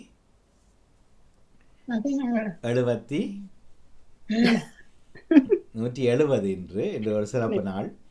அவை பலரும் இணைந்து கொண்டு உற்சாகப்படுத்துவோம். அழையால் மாறி மாறி உற்சாகப்படுத்தினால் தானே செலவில்லாமல் செய்கிற ஒன்று பாராட்டுவது. என்ன அவை இணைந்து பாராட்டுவோம் என்று கேட்டு எங்கள் சிந்தனை உருட்ட சிந்தனை எல்லாவற்றையும் நிறைவு கொண்டு வருவோம். நன்றி. சிந்தனை தந்த ஜெயா நடேசன் அவர்களுக்கும் நேவிஸ் அவர்களுக்கும் ராஜினி அல்போன்ஸுக்கும் வாழ்த்துக்களை கூறிக்கொண்டு எனக்கு இந்த சந்தர்ப்பத்தை தந்த உங்களுக்கு நன்றி கூறி நன்றி, வணக்கம். அப்ப சொல்லி முடியுங்க. அடுத்த வாரம் எத்தனை மணிக்கு சிந்தனை? ஞாயிற்றுக்கிழமை 8 வாரம் ஐரோப்பிய 9 மணிக்கு, லண்டன் நேரம் 8 மணி ஆரம்பமாக. மற்ற எல்லாருக்கும் பிந்தி இணைந்தவர்களுக்கு புரிந்ததோ? 8:30 அல்ல, இனிமேல் 8 மணிக்கு காலை நிகழ்ச்சி. ஞாயிற்றுக்கிழமை திங்கள் முதல் வெள்ளி வரைக்கும் போல 8 மணிக்கு. என்ன வெயில் வந்துட்டு தானே. ஆனா அவந்திக்கா அட்சியா போன்றவர்கள் நாங்கள் மாதிரி கொஞ்சம் நடவுங்க, உங்களுக்கு தான் நன்மை. உங்களோட அம்மா அப்பாவுக்கு நன்மை என்னென்றால் அடிக்கடி மருந்து வாங்குற செலவை குறைச்சி கொடுப்பீங்க. வீணா ஒப்பிட்டல்ண்டா சொல்லுவீங்க டோச்சில்.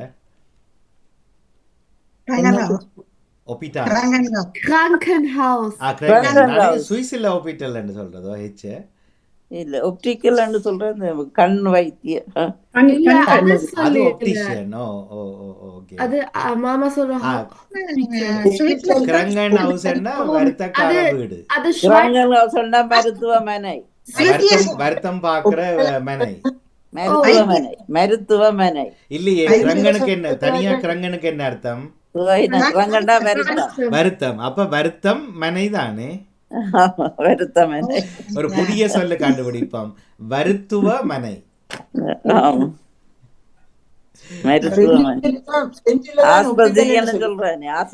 ஆசுபத்திரி, அது ஒரு வெளிநாட்டு சொல்லை அழகாய் பொருத்தி கொண்டோம். ஒரு சொல்லு நாங்கள் இப்ப இந்த இலக்கத்துல 1லிருந்து எழுதினா கடைசி இலக்கம் என்ன? 1 2 3 எழுதினா சைவர் தான் கடைசி. 10 அல்ல, சைவருக்கு முன்னால பின்னால என்ன இலக்கத்தை போட்டாலும் அது உருமாறும். 5 அச்சியா, அது யார், எந்த நாட்டினர் அந்த சைபரை கண்டுபிடித்தார்கள்? இவ இந்தியா இல்ல, அச்சியா கேட்கிறேன். பூச்சியம் கண்டுபிடிச்ச இந்தியா. அப்ப ஜெயாடிசர் சொல்லுங்க, இந்தியாவில் யார் அதை அறிமுகப்படுத்தி புகழ் பெற்றார்? இந்த இவர் ஐயோ வருது ராமானுஜம். ராமானுஜம் ராமகிருஷ்ண ஐயர். அந்த காலத்துல ஐயர் மேல தான் எல்லாம் செய்து. ராமகிருஷ்ண ஐயர். ராமகிருஷ்ண ராமானுஜமா? ராமகிருஷ்ண ஐயர். ராமகிருஷ்ண ஐயர். ஓகே, எனக்கு 100 வீதம் தெரியாதபடியா உங்களிடம் விட்டு வரேன். அந்த சைபர் என்கிறது ஒரு பூஜ்ஜியம் அரபி சொல். சைபர் சைபர் சைபர் ஆனால் சைபரை தமிழில் சொன்னால் எப்படி சொல்லுவார்கள்? சுழியம். ஆனா சுழியம் பாவிக்கல, அது என்ன? இன்னும் ஒரு சொல் சொல்லுவார்கள் சைபரை. பூச்சியம். சுழியம் சரியான தமிழ் சொல்லண்டு சில வானொலிகள்ல அறிவிப்பாளர் சொல்வார்கள். அவர் வானொலியத்தை விட்டுட்டு கடைக்கு வந்தால் அவர் தொலைபேசி இலக்க வேண்டாம் 0208 சொல்றாரு. ஏன் சுழியன் 2 சுழியன் 8 சொல்லலாமே. ஆனா திருப்பி வானொலியத்துக்கு போனால் சுழியம் 2 சுழியம் 8 என்பார்கள். வீட்டுக்கு வந்தால் 0208 என்பார். இந்த நடிப்பு வேண்டாம் என்று சொல்றோம். ஒன்றை கடைபிடித்தால். நான் என்ன யோசித்தேன் என்றால், அது இது மதம் அல்ல, திருப்பி இதுக்குள்ள கொடுவ வராதுங்கோ. சைவம் என்கிறது இலங்கையில் ஒரு வாழ்க்கை முறைதான். அதைத்தான் பிறகு கோயிலுக்கு கொண்டு போய் பூநூலெல்லாம் போட்டு நாசப்படுத்தி விட்டார்கள். அப்ப சைவம் எனக்கு சைவராக வருகிறது. சைவம் நாங்கள் சைவம் அடிக்கடி சைவர் சொல்லுகிற போது எனக்கு சைவம் என்று வரும். திருப்பியும் சொல்றேன், அது ஹிந்து அல்ல, அது ரிலிஜன் போட்டுறாதீங்கவா. எனக்கு சமயத்துக்கும் ஒத்தே வராது. நான் ஒரு காலம் சமயவாதி இல்லை என்கிற போது. மருத்துவமனைக்கு இதுல சிங்களத்துல ஸ்பிரித்தாலியாண்டு சொல்றேன்.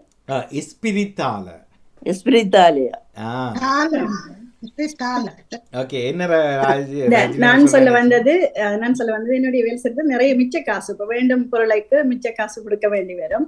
அப்போ எனக்கு பிடித்தமான ஒரு ஷெஃபின் ஒரு ஆள் அந்த 5 ராப்பன் கொடுக்கும் போது 7 ரூபா 5 ராப்பன் திருப்ப உங்களுக்கு தாரோம்டா சீப்ப பிராங்க நூல் ஃபின் ஃபண்ட் சொல்லி கொடுப்பான். அப்ப எனக்கு அது 10 வருஷத்துக்கு முதல்ல அவார்டு இருந்து நான் படிச்சது. இப்பவும் நான் அதுக்கு தொடர்றேன். அந்த நூல் ஃபின் ஃபண்ட் தான் சொல்லி கொடுப்பேன். எங்க 5 ராப்பன் வருதோ சேன் ராப்பன் தான் சேனண்டே சொல்லலாம். 5 ராப்பன் வருதுன்னு சொன்னா ஆக்ஸ்ட்ராங்க நூல் ஃபின் சுருக் என்று சொல்லி தான் கொடுப்பேன். அது அர்த்தம் என்ன? சைவர் 5 ராப்பன் மட்டும் சொல்லாம நுள், அந்த நுள்ன்றது சைவர். ஆனா எனக்கு குழப்பம் என்றால் பிராங்க்ன்றது குட்டி சொல்லு, ராப்பன்ன்றது பெரிய சொல்லு. ராப்பன் என்றைக்கு நான் நினைச்சேன் ராப்பன் தான் பிராங்கை விட கூட காசாக்குவேன். அது முந்தி குழப்பம் இருந்தது எனக்கு. உண்மைதான்.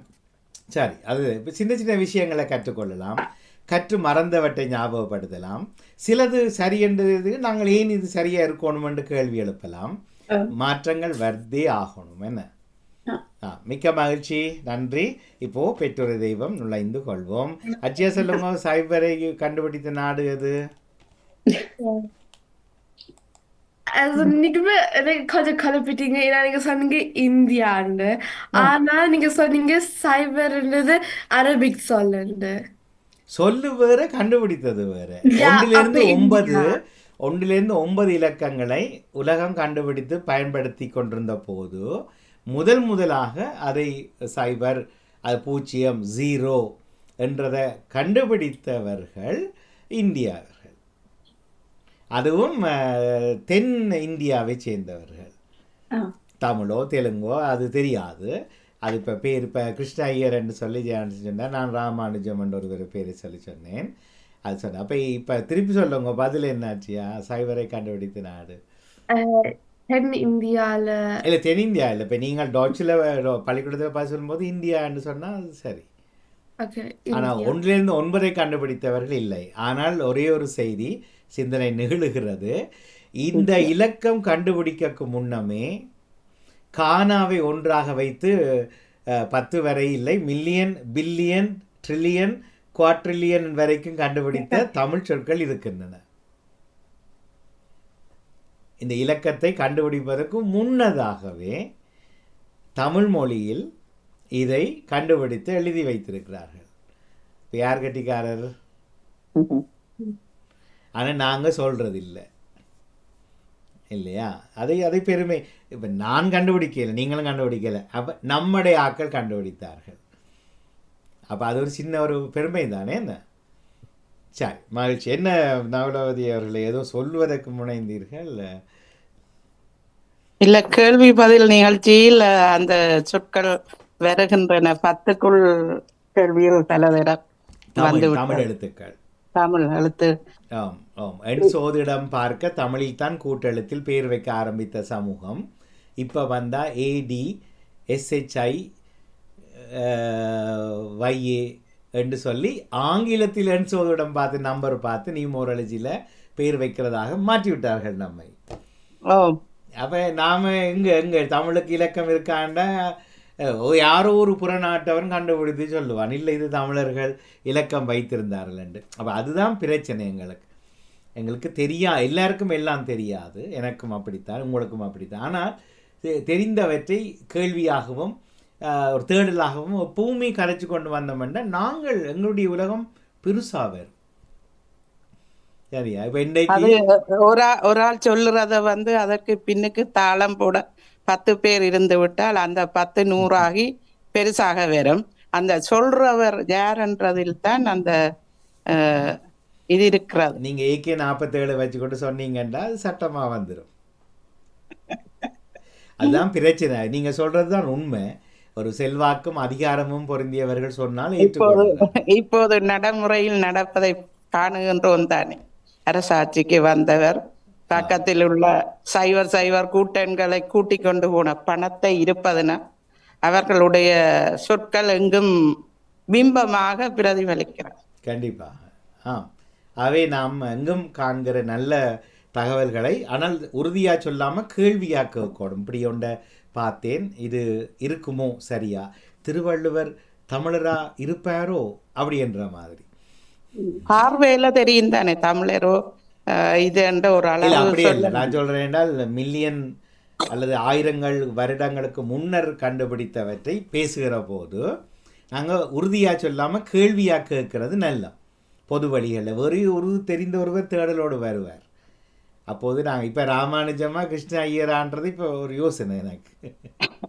நான் கேள்வியாகத்தான் விட்டுனான் இல்லையா? என்ன ராமானுஜம் அவர்களும் நோபல் பரிசை வாங்கினார். எதற்காக வாங்கினார்? கிருஷ்ண ஐயர் நோபல் பரிசை பெறவில்லை, ஏன் பெறவில்லை என்கிறது அடுத்த கேள்வி. எல்லாம் உருட்டல் சிந்தனை தான்.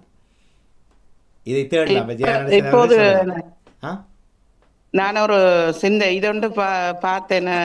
அந்த என்ன எவ்வளவோ கஷ்டப்பட்டு முன்னுக்கு வந்து சம்பாதித்து பெரிய சப்பானி போட்டு இருந்த ஒருவரின் இல்லம் இப்போது அதே தேப்பன் சம்பாதிச்ச சொத்தெல்லாம் கோர்ட்டுக்கு போய் சகோதரர்களிடம் பிரச்சனையாக வந்து போய்கொண்டிருக்கிறது. அப்போ யோசிக்கிறேன், சிவாஜி கணேசன் வீடும் பிரச்சனையில இருக்கிறது. என்னை பொறுத்த வரைக்கும் சரியா, நான் உங்களை ஒரு தடவை யாரையும் குறிப்பிடவில்லை, எனக்கு தெரியாது உங்களோட கதை. நான் அம்மா அப்பாவினுடைய எந்த பணத்தையும் என்னுடையதாக ஒரு காணியோ ஒரு வீடோ 5% காசோ நான் அவர்கள் உழைப்பிலிருந்து இற்ற வரைக்கும் எடுக்கவில்லை. வாணியிடமும் நான் சொன்னேன், உங்களுடைய அப்பா அம்மாவிடம் இருந்து எதையும் கொண்டு வராதீர்கள். அது எனக்கு ஒரு சுயமான ஒரு நம்பிக்கை பெருமை தான் அது. ஆனால் என்னுடைய சகோதரங்கள் அம்மாவை சிப்பிலி ஆட்டினார்கள்.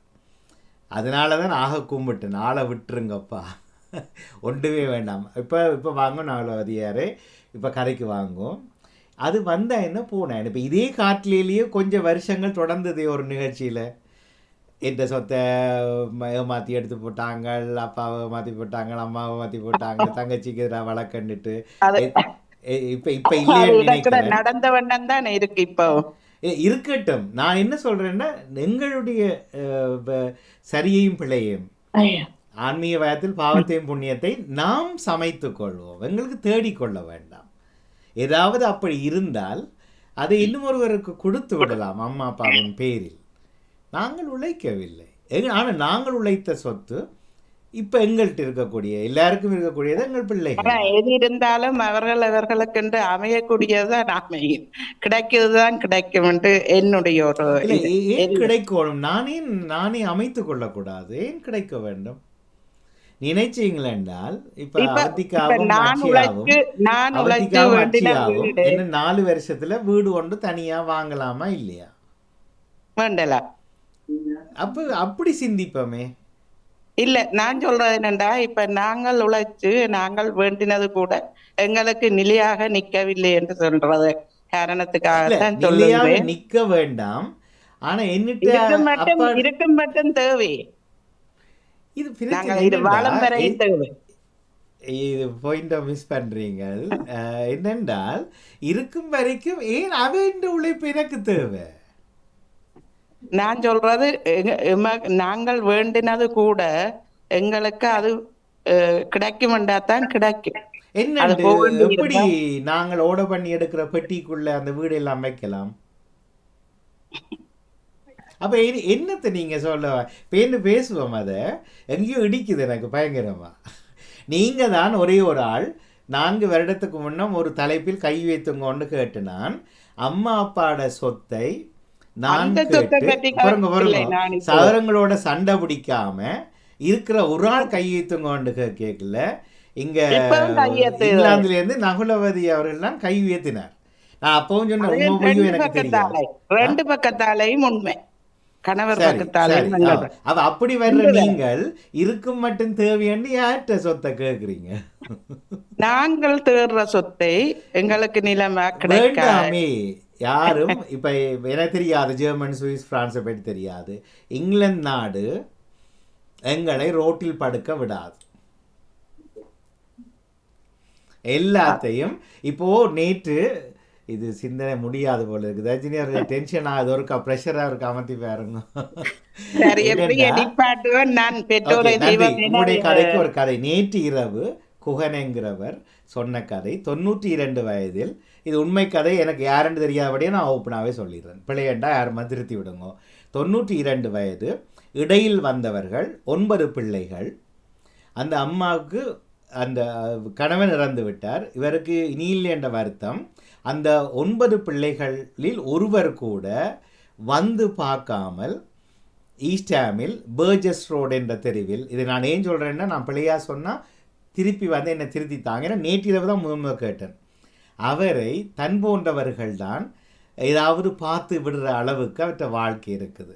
அப்போ ஒரு சில பிள்ளைகள் கிட்டையும் இருக்கிறார்களாம். இப்போ அவர்களை கண்டுகின்ற போது தெரியும், ஆனால் வி ஆர் பிஸி. இப்போ காலையில் எல்லாரும் ஈஸ்வரி அம்மா சொன்னால் பிள்ளைகள் எல்லாம் பிஸியாக இருக்கிறோம்ண்டு. இந்த அம்மா இன்று வாழ்ந்து நேற்றிரவு எனக்கு வந்து நேற்றிரவு நாட்டார் கலம்பத்தினுடைய சந்திப்பு நடந்தது. இதில் தான் இந்த கதைகள் எல்லாம் நான் எடுத்துக்கொண்டேன். அப்படி இருக்குது. ஆனால் அவர் 92 வயதுன்றபடினாலே அந்த சமூகம் அவரை தோற்கி வைத்திருக்குது. ஆனால் அவரே ஒரு 70 சகவாக இருந்தால் ஒரு ஆங்கிலத்தை கற்று இந்த கவுன்சிலோடு போய் கலைக்கிறதுக்கு பழகினார் என்றால் அவர் ஜாம் என்று அரச விடுதியில் இருக்கலாம், ஒன்றுமே இல்லாமல். ஆனால் குற்ற உணர்வோட அப்பாட சொத்தை தங்கச்சியோட அடிபட்டு நான் வாங்கினான், எந்த சொத்தை அக்கா அடிபட்டு தான் எடுத்ததால் எனக்கு நிம்மதி போச்சு, இப்படி கதைகள் ஈழத்தமிழர்கள் மத்தியில் ஐரோப்பாவில் இருக்கிறது. அதிலிருந்து விடுபடுங்க சொல்லுவார். எங்கும் இருக்கிறது, இப்போ நடந்து அது இருக்கட்டும். நகுலவதி அவர்கள், நடாமோகன் போன்றவர்களுக்கு இருக்க வேண்டாம் என்று சொல்லவார். இல்லை, பிரச்சனையும் வேண்டாம், உரமா கதையுங்கோ. சரியா? அடுத்தவன் சொத்து உழைப்பில் நாம் வாழக்கூடாது, என் அம்மா அப்பாவாக இருந்தால் கூட. இன்றும் பலர் வந்து இலங்கைக்கு பயணிக்கிறோம் அடிக்கடி, அரசு புரசலாக கேள்விப்படுறேன். அந்த காணியை சோட்டோ பண்ண, இந்த காணியை சோட்டோ பண்ண, இந்த மகள் இதை கேட்டு கொண்டு இருக்கிறா, அந்த மகள் அதை கேட்டு கொண்டு நிற்கிறா, இழுத்து இப்போ ஒரு நிலம் வருது, நான் அதை ஓண்டா போய் சோட்டோ பண்ணுறேன், உறுதிகளை தேடி கச்சேரிக்கு ஆக்களுக்கு காசு கொடுத்து எடுக்கிறேன். எங்கள் உறவுகளே பயணிக்கிறார்கள். யாருக்காவது பேன அளவாக இருந்தால் பக்கத்துக்குள் வைத்து கொள்ளுங்கள், இல்லாவிட்டால் என்னை மன்னித்து விடுங்கள், வேறு யாரும் வந்து வைத்துக்கொள்வோம். தொடர்ந்து பேசுவோம். நன்றி, மிக்க மகிழ்ச்சி, எல்லாருக்கும் வாழ்த்துக்கள். நன்றி, வணக்கம். வணக்கம். நான்